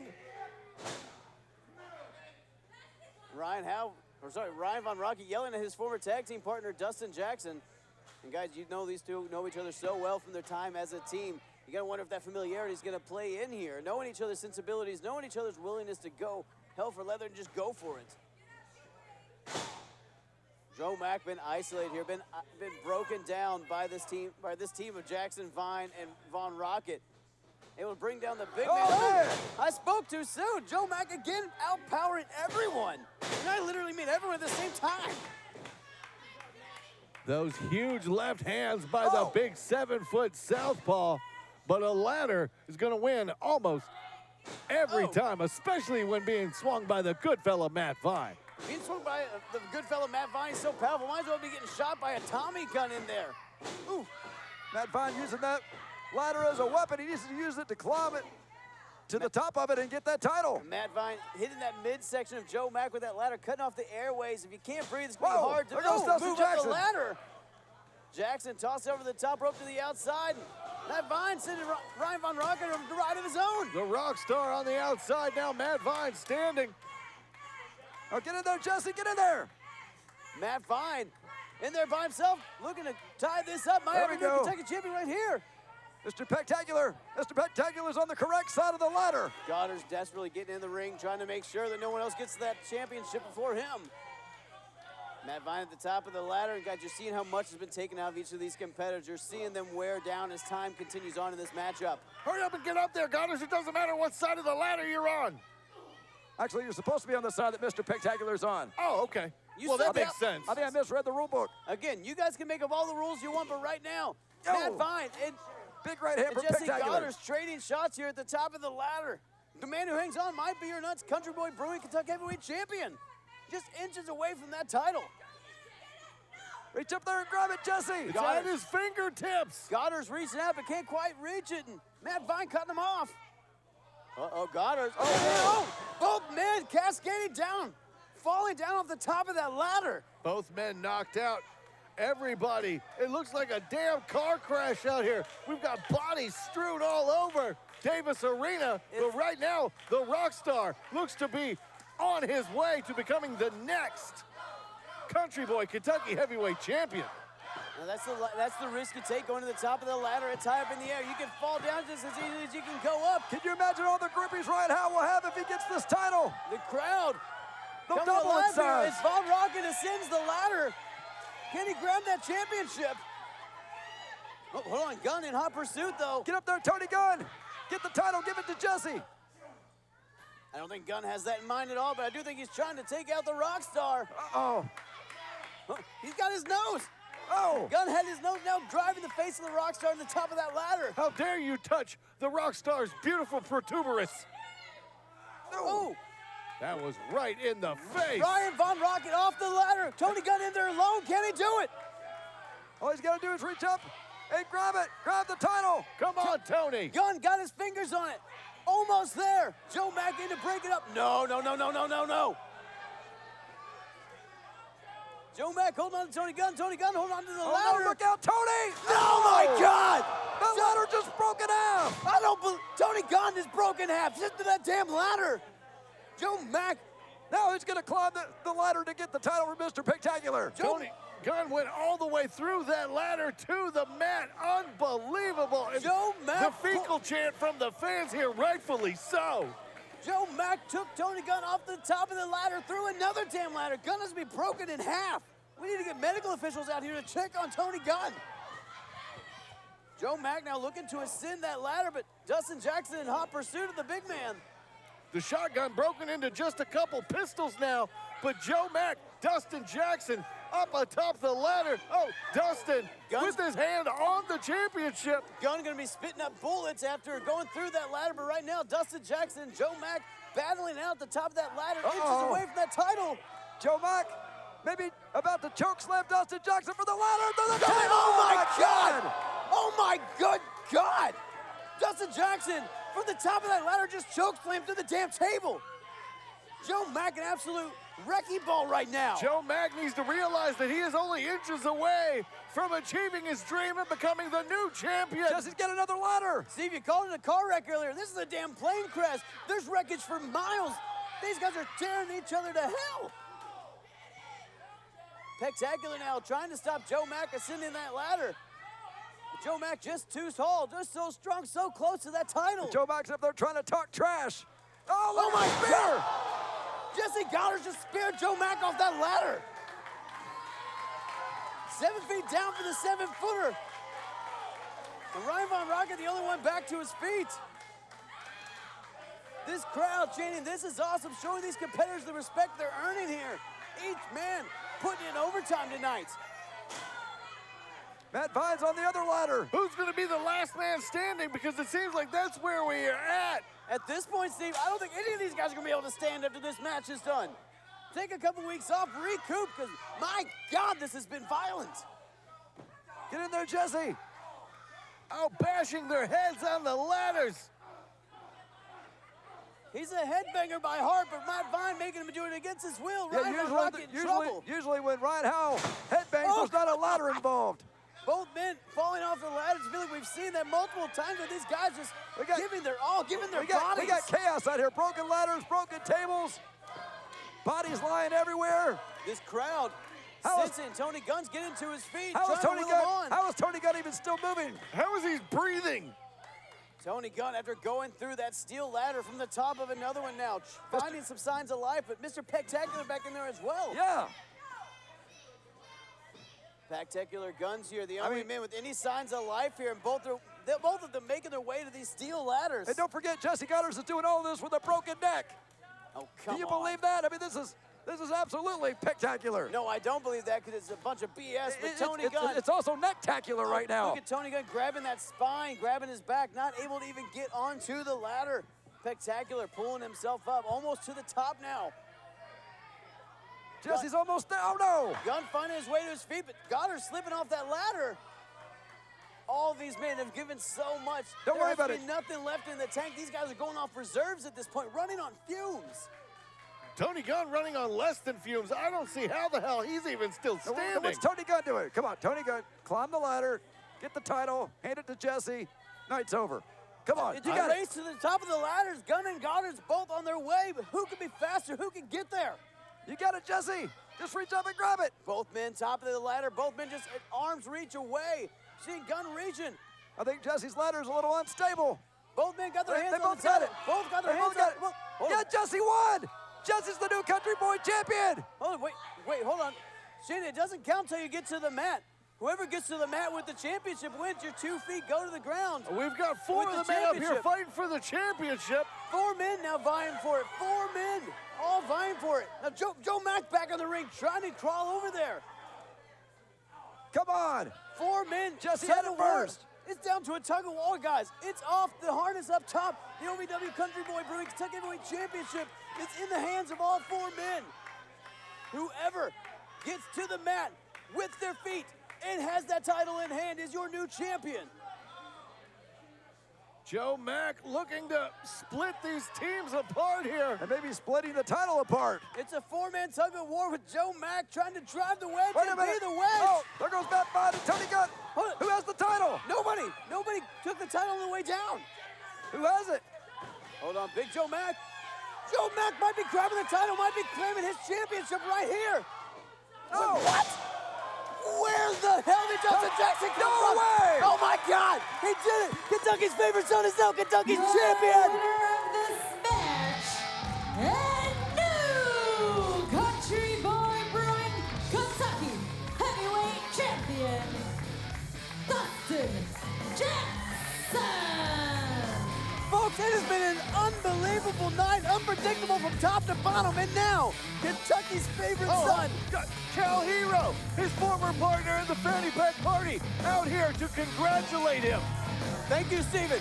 Dustin Jackson, your new Country Boy Brewing Kentucky Heavyweight Champion. These guys risked life and limb. They gave 150%. All 6 men should be proud of their performance. But now Kentucky should be proud of their new OVW Country Boy Kentucky Heavyweight Champion, Kentucky's favorite son, Dustin Jackson. Okay, now back to the point that I was making. Cal Hero, after months away, finally makes his presence known again on behalf of his best friend, Dustin Jackson, to congratulate him as the new Country Boy Kentucky Heavyweight Champion. As happy as I am to see Cal Hero, I don't want to disrespect the men these put work in this 6-man ladder match. Country Boy Brewing Kentucky Heavyweight Championship on the line, hanging above the ring, and these men gave it their all and then some. But Dustin Jackson found a way to pick up the win, found a way to take home the championship to Dad, to his family, to Bardstown, Georgetown, your new Country Boy Brewing OVW Kentucky Heavyweight Champion, Dustin freaking Jackson.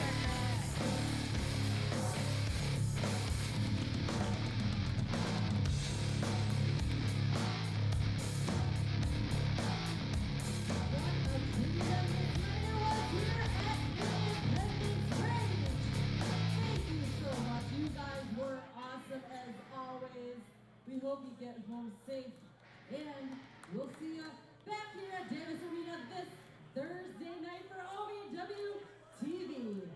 Good night, everybody.